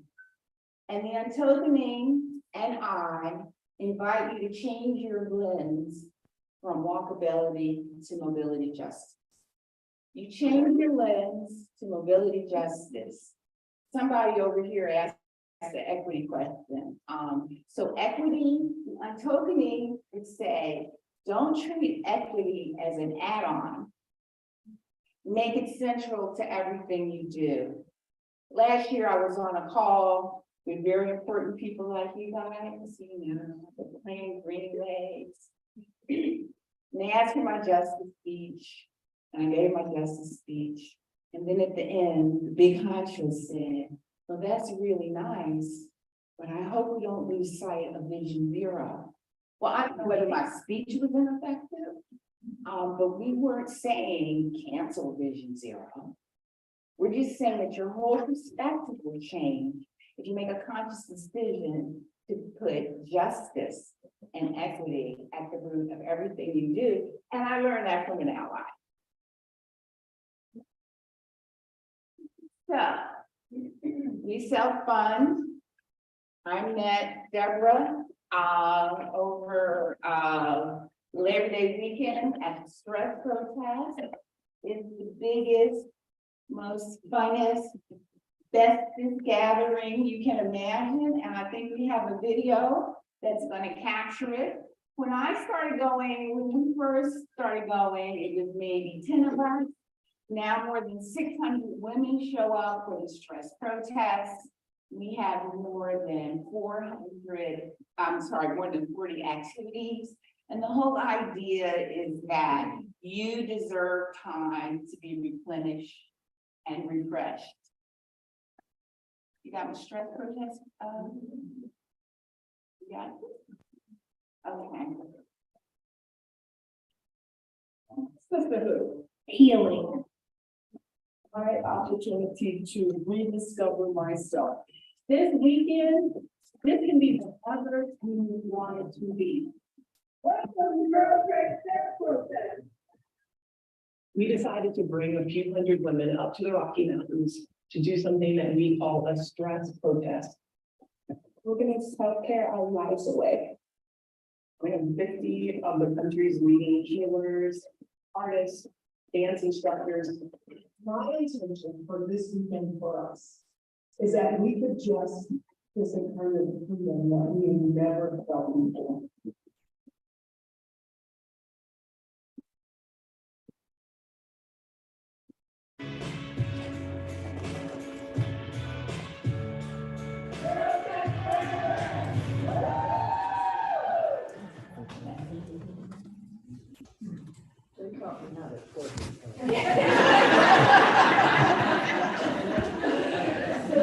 Thank you very much for letting me share the joy of Girl Trek.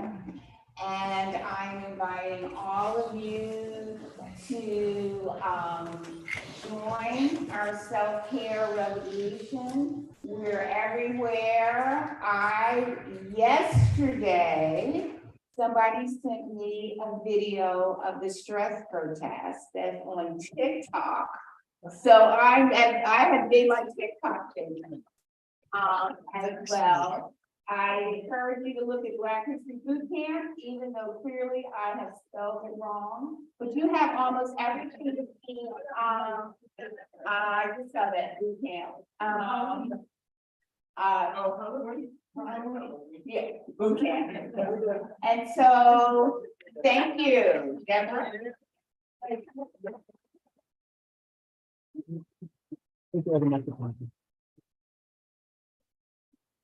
So we have a few minutes for questions. I don't know if you want to Does anybody have any questions? Does anybody have any questions about how to earn their golden shoelaces? Does anybody want to tell me why they can't do it so I can argue with you? You have, it's like set materials, I was thinking my students. Say that again? Do you have like any set materials that I can promote from students? Okay, I'll hook you up on everything that's on the website. I would just send some notes and stuff. But yeah, I'm out at girlfriend.org. Send me an email and we can, I'll help you promote, absolutely. Wait a minute, do we have material? Okay. Yes, yes, yes. Suzanne, come on, you got a microphone. You got a microphone. Do you collaborate with Black Girls Run? Oh, absolutely, and I'm into Black Girls Run. If Outdoor Afro is not on your radar, you should find the Outdoor Afros. They do birding and camping and paddling and all that stuff. And I see my sisters here for Black Girls Do Bike in St. Louis.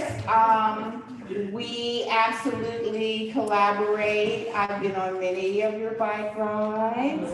I'll say it to you, I would rather ride my bike than walk. We're gonna tell the real truck back.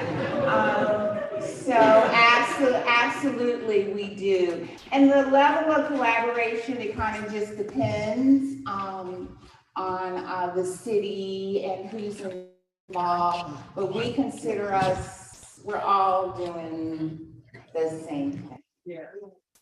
Absolutely. Yes. You're a girl tracker? Associated with girl track. Yeah. Any other questions? So U+1 is a crew. There's enough sheets for everybody to take one of these and your crew member. If you don't think you want golden shoelaces, earn them on behalf of someone else. I don't have a question, I just have a comment. A couple of weeks ago, I did my first girl track, and I was in the car, so it didn't count. Thank you. I was listening to the podcast with my husband, and it was about the ambulance. And the podcast she's talking to is a Black History Boot Camp podcast. Yeah, and I'm learning so much stuff that I did not learn in school. And I mean, I'm addicted to it now. I have to listen to it because I want to know the history of Black Americans. How do we get here? What we have done as a group of people in our lives. We've had a lot. So Yes, we have a lot in common. So again, the podcast is designed to be a walking podcast. So for you solo trekkers that need a little company, just pop in your earbuds. Any other questions? Okay, thank you very much. Thank you.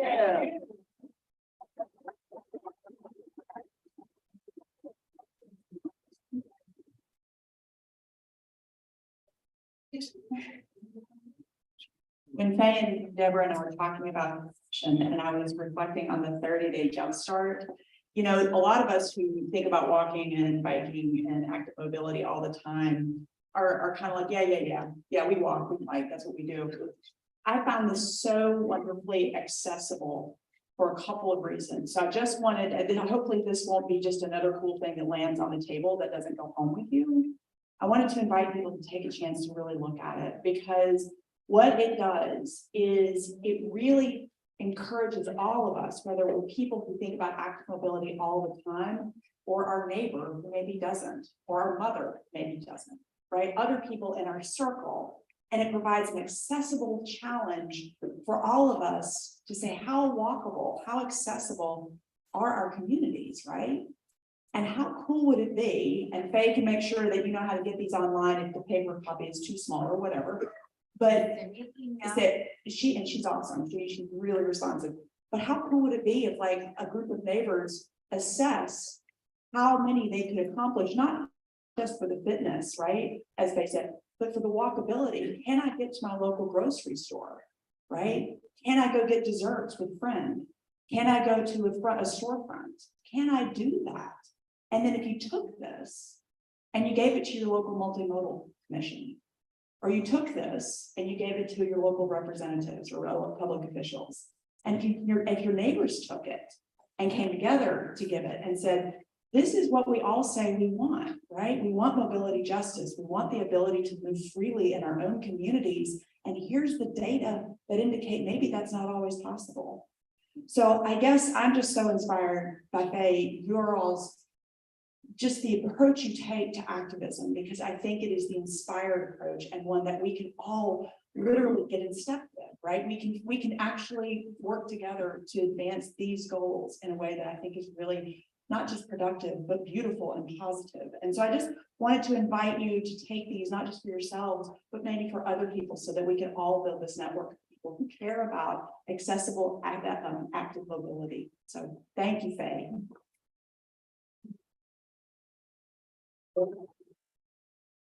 We are going to pivot to our final quick session on our traffic garden, and Terry's going to lead us through that, and we're going to couple that with our closing. So we are getting close to the end. Really appreciate it. Hi, yes, you had announcements.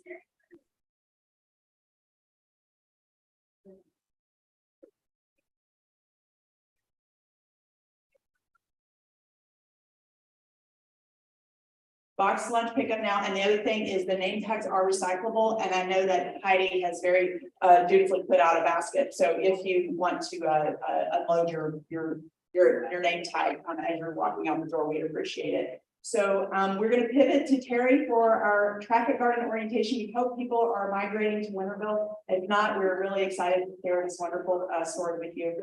And the close.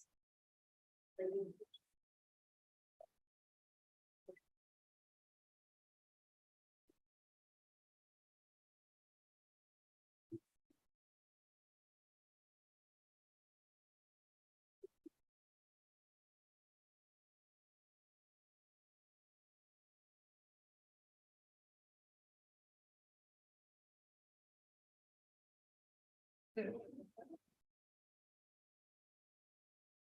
a quick show of hands. How many folks are going to the traffic garden in Winterville? Awesome. Awesome. That'd be very exciting.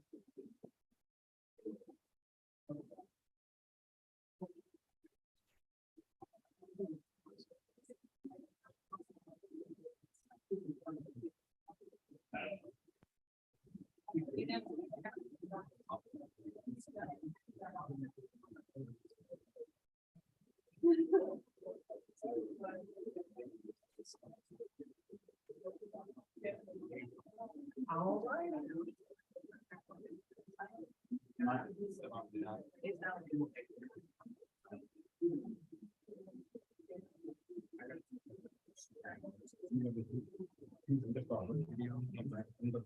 All right, so I'm obviously not in front of lunch for you guys. That's good. That's good. I want to start by saying thanks to everybody, and I'm going to ask everybody who is on the planning staff and our board who's left in the room to stand up right away, right now, and just sort of see who. Yes, there we go. We've got several here. Without these folks, we wouldn't be here today, and I want to thank each and every one of you for attending and for sticking with us as well. So I'm going to spend a few minutes just to talk about traffic gardens. I'm not sure whether the sound's going to be here or not, and either way is fine, because I think visually you can. I have a small business called Discovered Traffic Gardens. And I specialize in creating programs around traffic gardens, creating small scale traffic gardens, pop-up ones, permanent ones, teaming with firms to make larger traffic gardens, and engaging children in the process. Traffic garden is a network that is at a total scale. Generally they're set up without motorized vehicles. It's a little world where you can talk to kids about the real stuff, that happens on a large scale street. So it's a very flexible tool. It can be set up in lots of different ways, depending on what we're trying to impart to the children. It could be part of bike education, or it could be part of road safety education. the question should be pretty basic and straightforward. It forms the basis for whatever type of instruction you want to use it for. And, they have fun, they're enjoying it, and that's another part of why they're learning.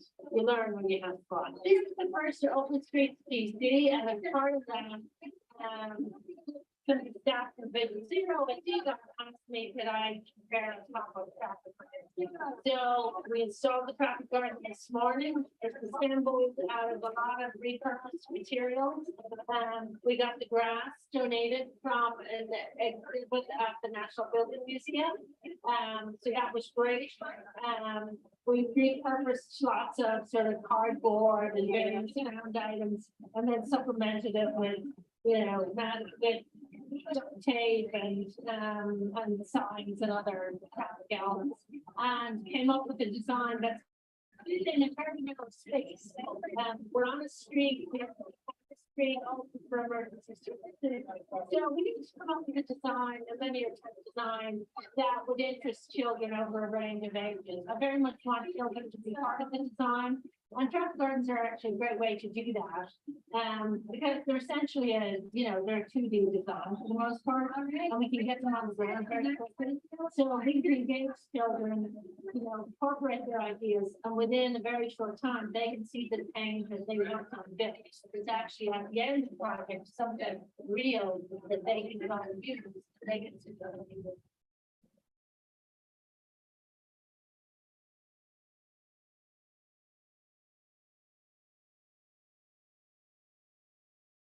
Well, this is an idea that through our board staff and planning commission last year in Durham, we executed in a temporary traffic garden through the help of Mary Jo Gellenbeck.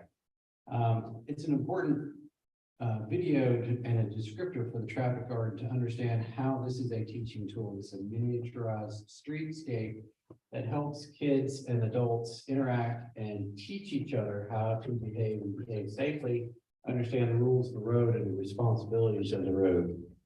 But we wanted to do something more this year. We didn't want to just leave something temporary. And when it rains or when we pull the tape up, it's gone. And all you have is a memory.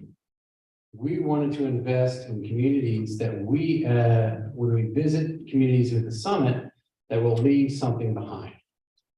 So again, the entire summit this year really has been led by Trish Farnham from start to finish.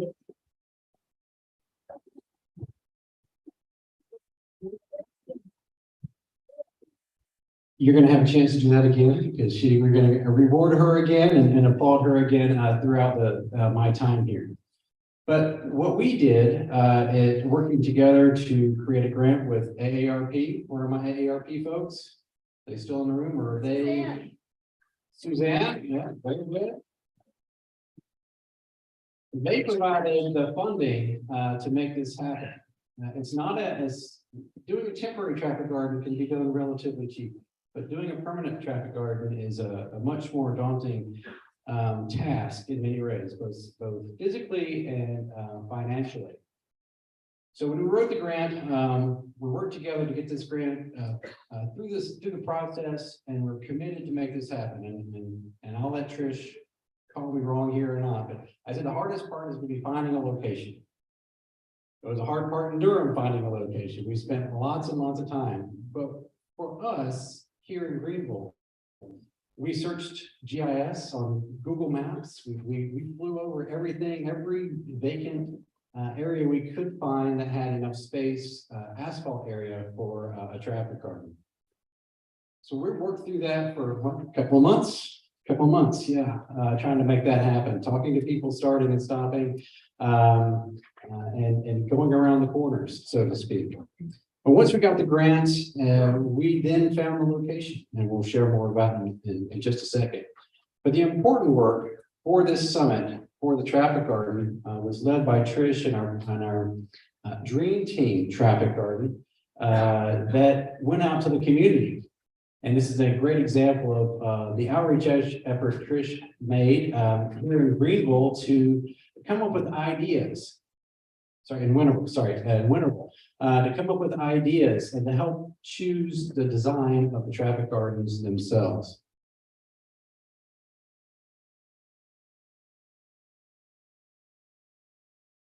This gentleman we see is Mayor Hines. I think we got him on board by happenstance. I think Ellen was having another event and was talking about the opportunity. Maybe Mayor Hines overheard it, and the connections are made. The reality starts to come into play, and permissions for the traffic garden are executed. So at this event in Winterville, as you saw earlier, the kids and people who were attending, what was it, a splash? Summer Splash. Summer Splash. So they had a chance to select their own design for the traffic garden. So we provided Fanula Quinn, who you saw the video before, a recognized designer for traffic gardens, designed 3 traffic gardens for us to choose from. And as you can see from the dots, this was the obvious winner. And we really felt that it had a great opportunity for kids and adults alike to engage. It seems like just basic lines, we can see this as a roadway, but we wanted to include a traffic garden that could be used for kids and adults to learn how to ride a bike, for kids and adults to learn how to yield and cross streets safely. We also wanted to have an opportunity for a safe LCI, a league certified training class, so that we can elevate our educational opportunities as a traffic garden, not just until the rain comes, but throughout the year in Winterville.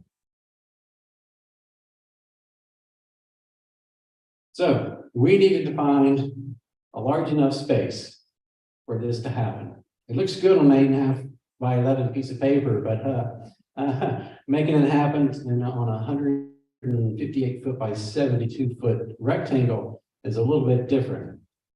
Our leaders on the dream team really had one request, and I got to tell you, their decision was the right one. So in order to build a proper home for cycling and walking education, we need to have a proper foundation. So the first thing we did was to put down a seal coat on the area to give it a good clean slate in which to draw from. And I got to tell you, when we were looking for places, this place was really amazing. It is the dot on the exclamation point in many respects. This Winterville site has playgrounds, as you can see on the bottom right. We have a community engagement opportunity with the logos and images you see here. There is a basketball court and tennis courts this way. And as you can see here, there's a walking path that goes all the way around. So this is an incredible enhancement through no cost to Winterville and AARP sponsorship with BikeWalk North Carolina's efforts is leaving something permanent behind. So I want to make sure everybody is going to be there today at 2:15. We're going to give some time after I get done taking up the air in the room to head over there and be with Mayor Hines and others to celebrate the grand opening. So I'm going to see if I can go back. All right, so there's the concept.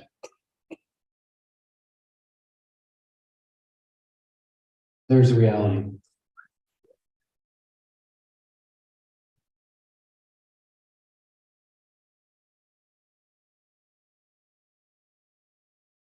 When you put paint on the ground, things change. Perfection is fleeting. But we feel that we did an excellent job through Trish's leadership and the Dream Team's guidance to make this traffic garden a truly significant part of the Winterville Parks and Recreation System. You see that we elevate our partners, our principals, AARP in the upper right-hand corner, Winterville, and BikeWalk North Carolina. We have sidewalks, we have crosswalks, we have roundabouts, stop signs, yield signs, handicap spaces, on-street parking, bike lanes, one-way lanes, four-way stops, three-way stops. Most any kind of urban neighborhood riding styles are represented in this one singular design. And we're very proud of that and very proud of the work this year under AARP's grant and the Governor's Highway Safety Program efforts for this summit in Greenville, North Carolina.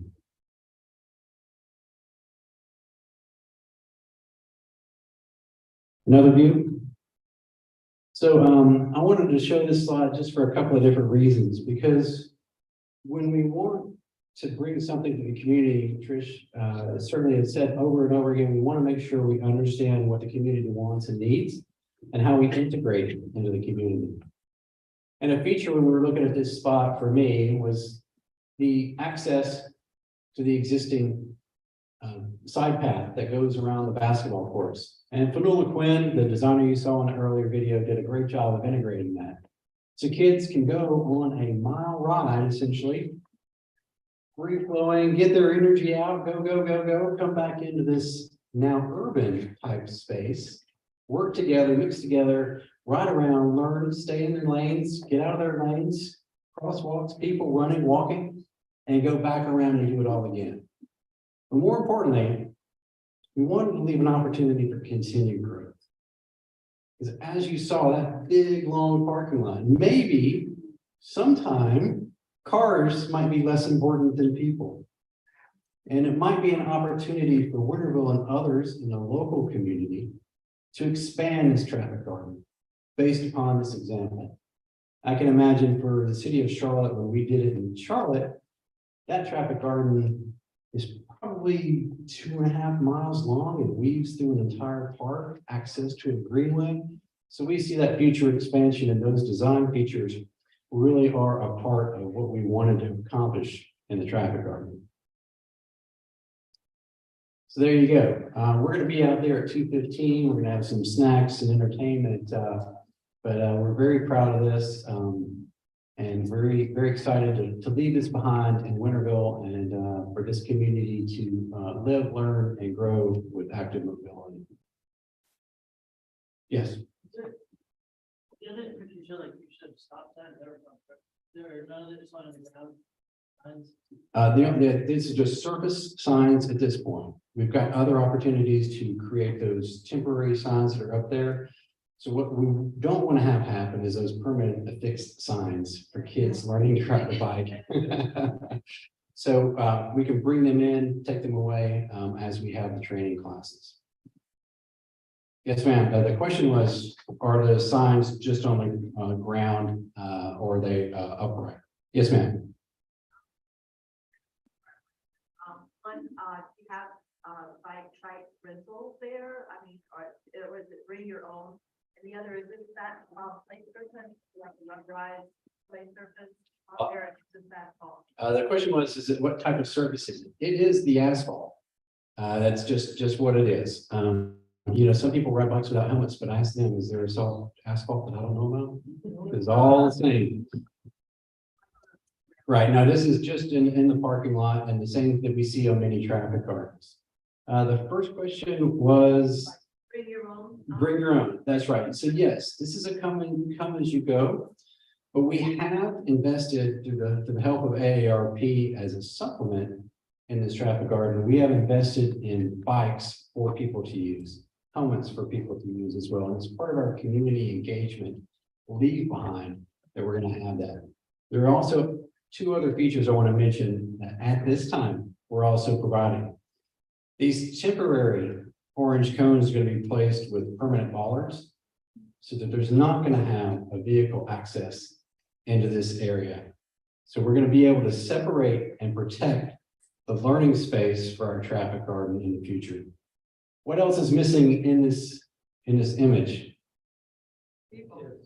Okay, people, kids, yes, bikes. There are no bike racks here either. We're going to be providing bike racks and bike storage for this facility. We're going to have a bike rack in the upper left-hand corner on this side of the fence and on the greenway side of the fence as well. Great questions. And directions, I think it's in your sure. Your directions, yeah, there is an address in our program. The street is Carmen. It's in the program is Cameron. Yeah. So it's Carmen, but as Jill noted, if you just type in Hillcrest Park, Winterville, it should come right up. And you will have a few wayfinding signs as we get closer to the park that hopefully can help. And that's going to be on page 12. So yes, ma'am.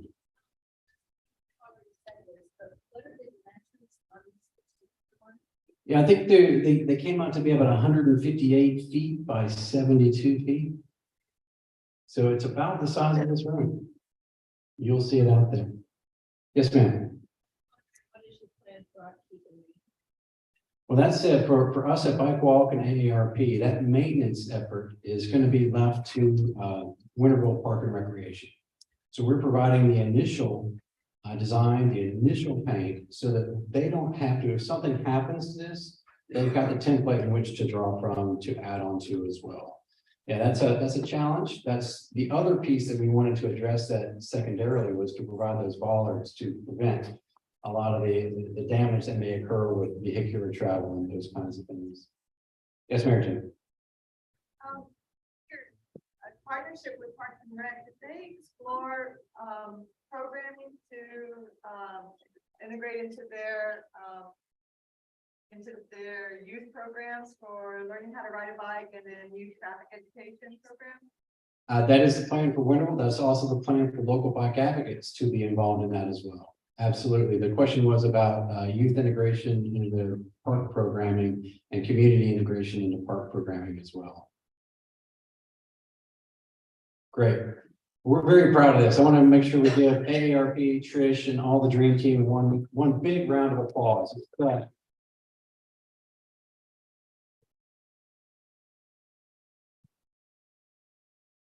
This is my 5th summit out of the 11, and it's the first time we're truly leaving something behind and hopefully leaving this community better than we found it as a tangible effort. And that was thanks to the dream team, thanks to AARP, thanks to Trish and everybody who participated in this project.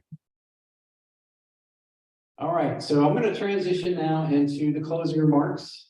We see on the time right now, so a lot of thank yous. Perfect. Yes, ma'am.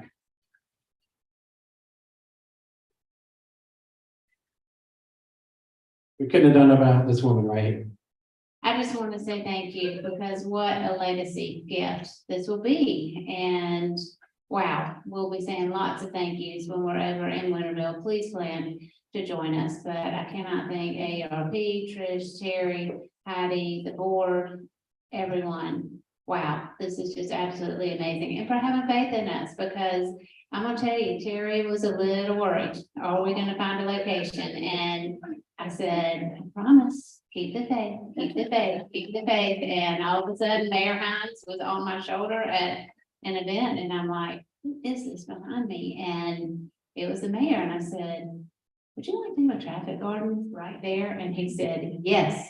Right away, let's do it. So thank you for believing in us, because I do think he was a little worried for a while. One thing that he didn't mention, and you'll see this when you go out, is you saw the neighborhood with the big houses on the left. There's a fence. Guess what is on the other side of all the facilities there? Public housing.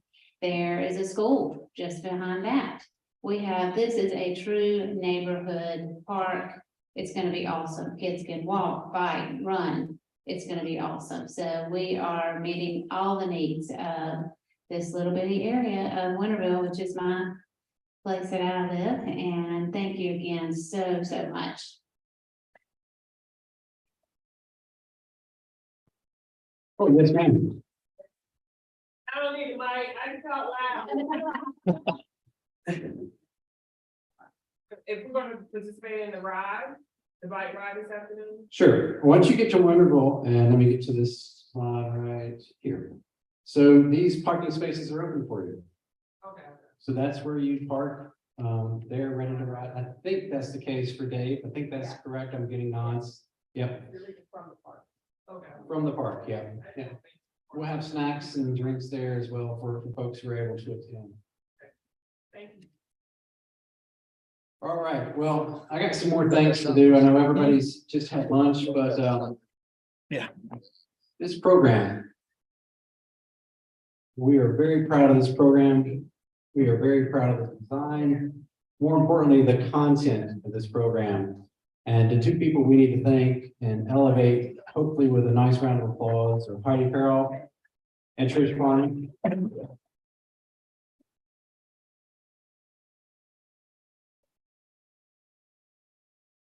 Heidi's been a lead designer for this for how many years? A few, 6, 7, 8, 10, 12, something like that. But pretty amazing. So I hope you guys will be impressed by this. I'm not going to be able to name all our sponsors this year.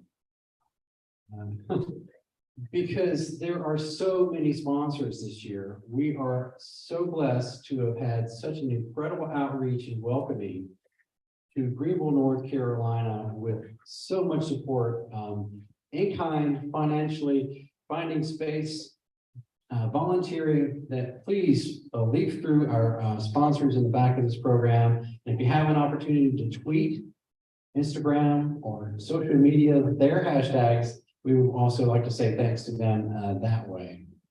But again, this summit has been a challenging one in many respects. Trish came on now 11 months ago. So within a year, this has all happened under her leadership, and we're so grateful for that. It used to be me just running around. Now it's Trish running around. So thanks, Trish.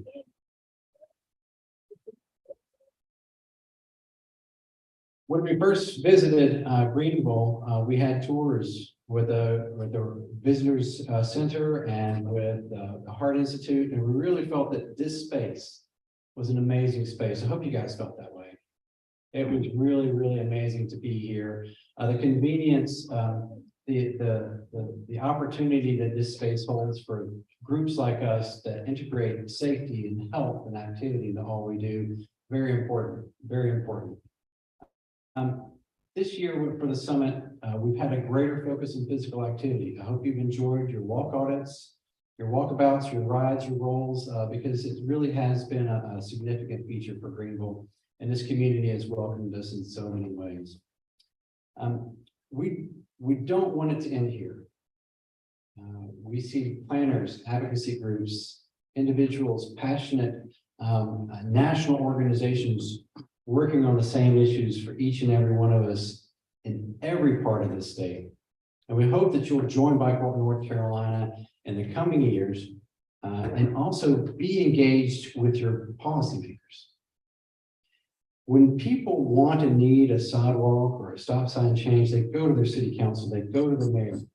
But we at BikeWalk North Carolina are addressing the larger funding issues, the larger policy issues that impact your mayor, your councilor, your county commissioner's ability to provide what you want in your community. So when you hear a call from BikeWalk North Carolina to contact your state legislature, please respond to that.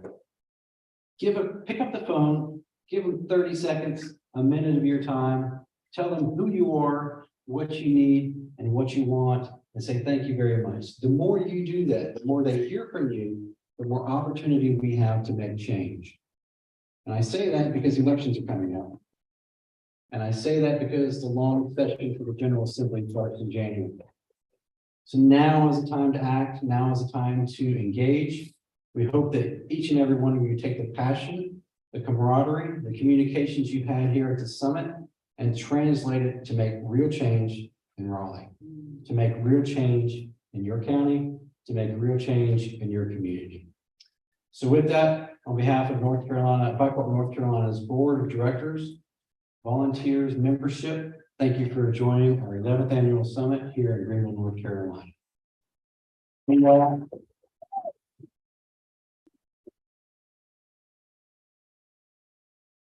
We hope to see each and every one of you in the traffic garden at 2:15. Thanks very much, everybody. If you're cool, I just seem like.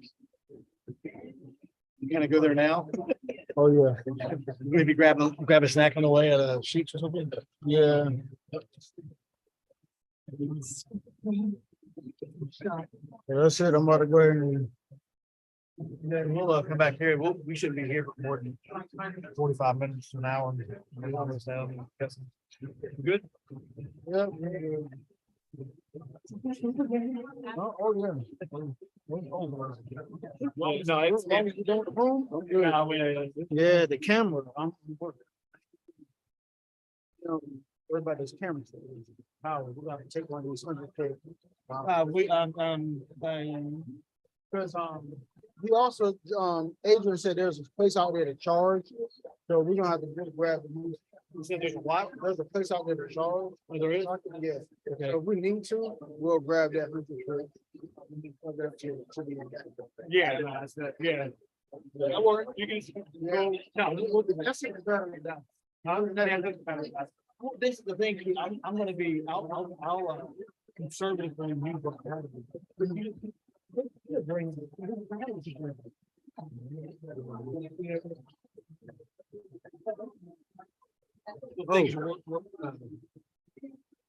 Getting work on.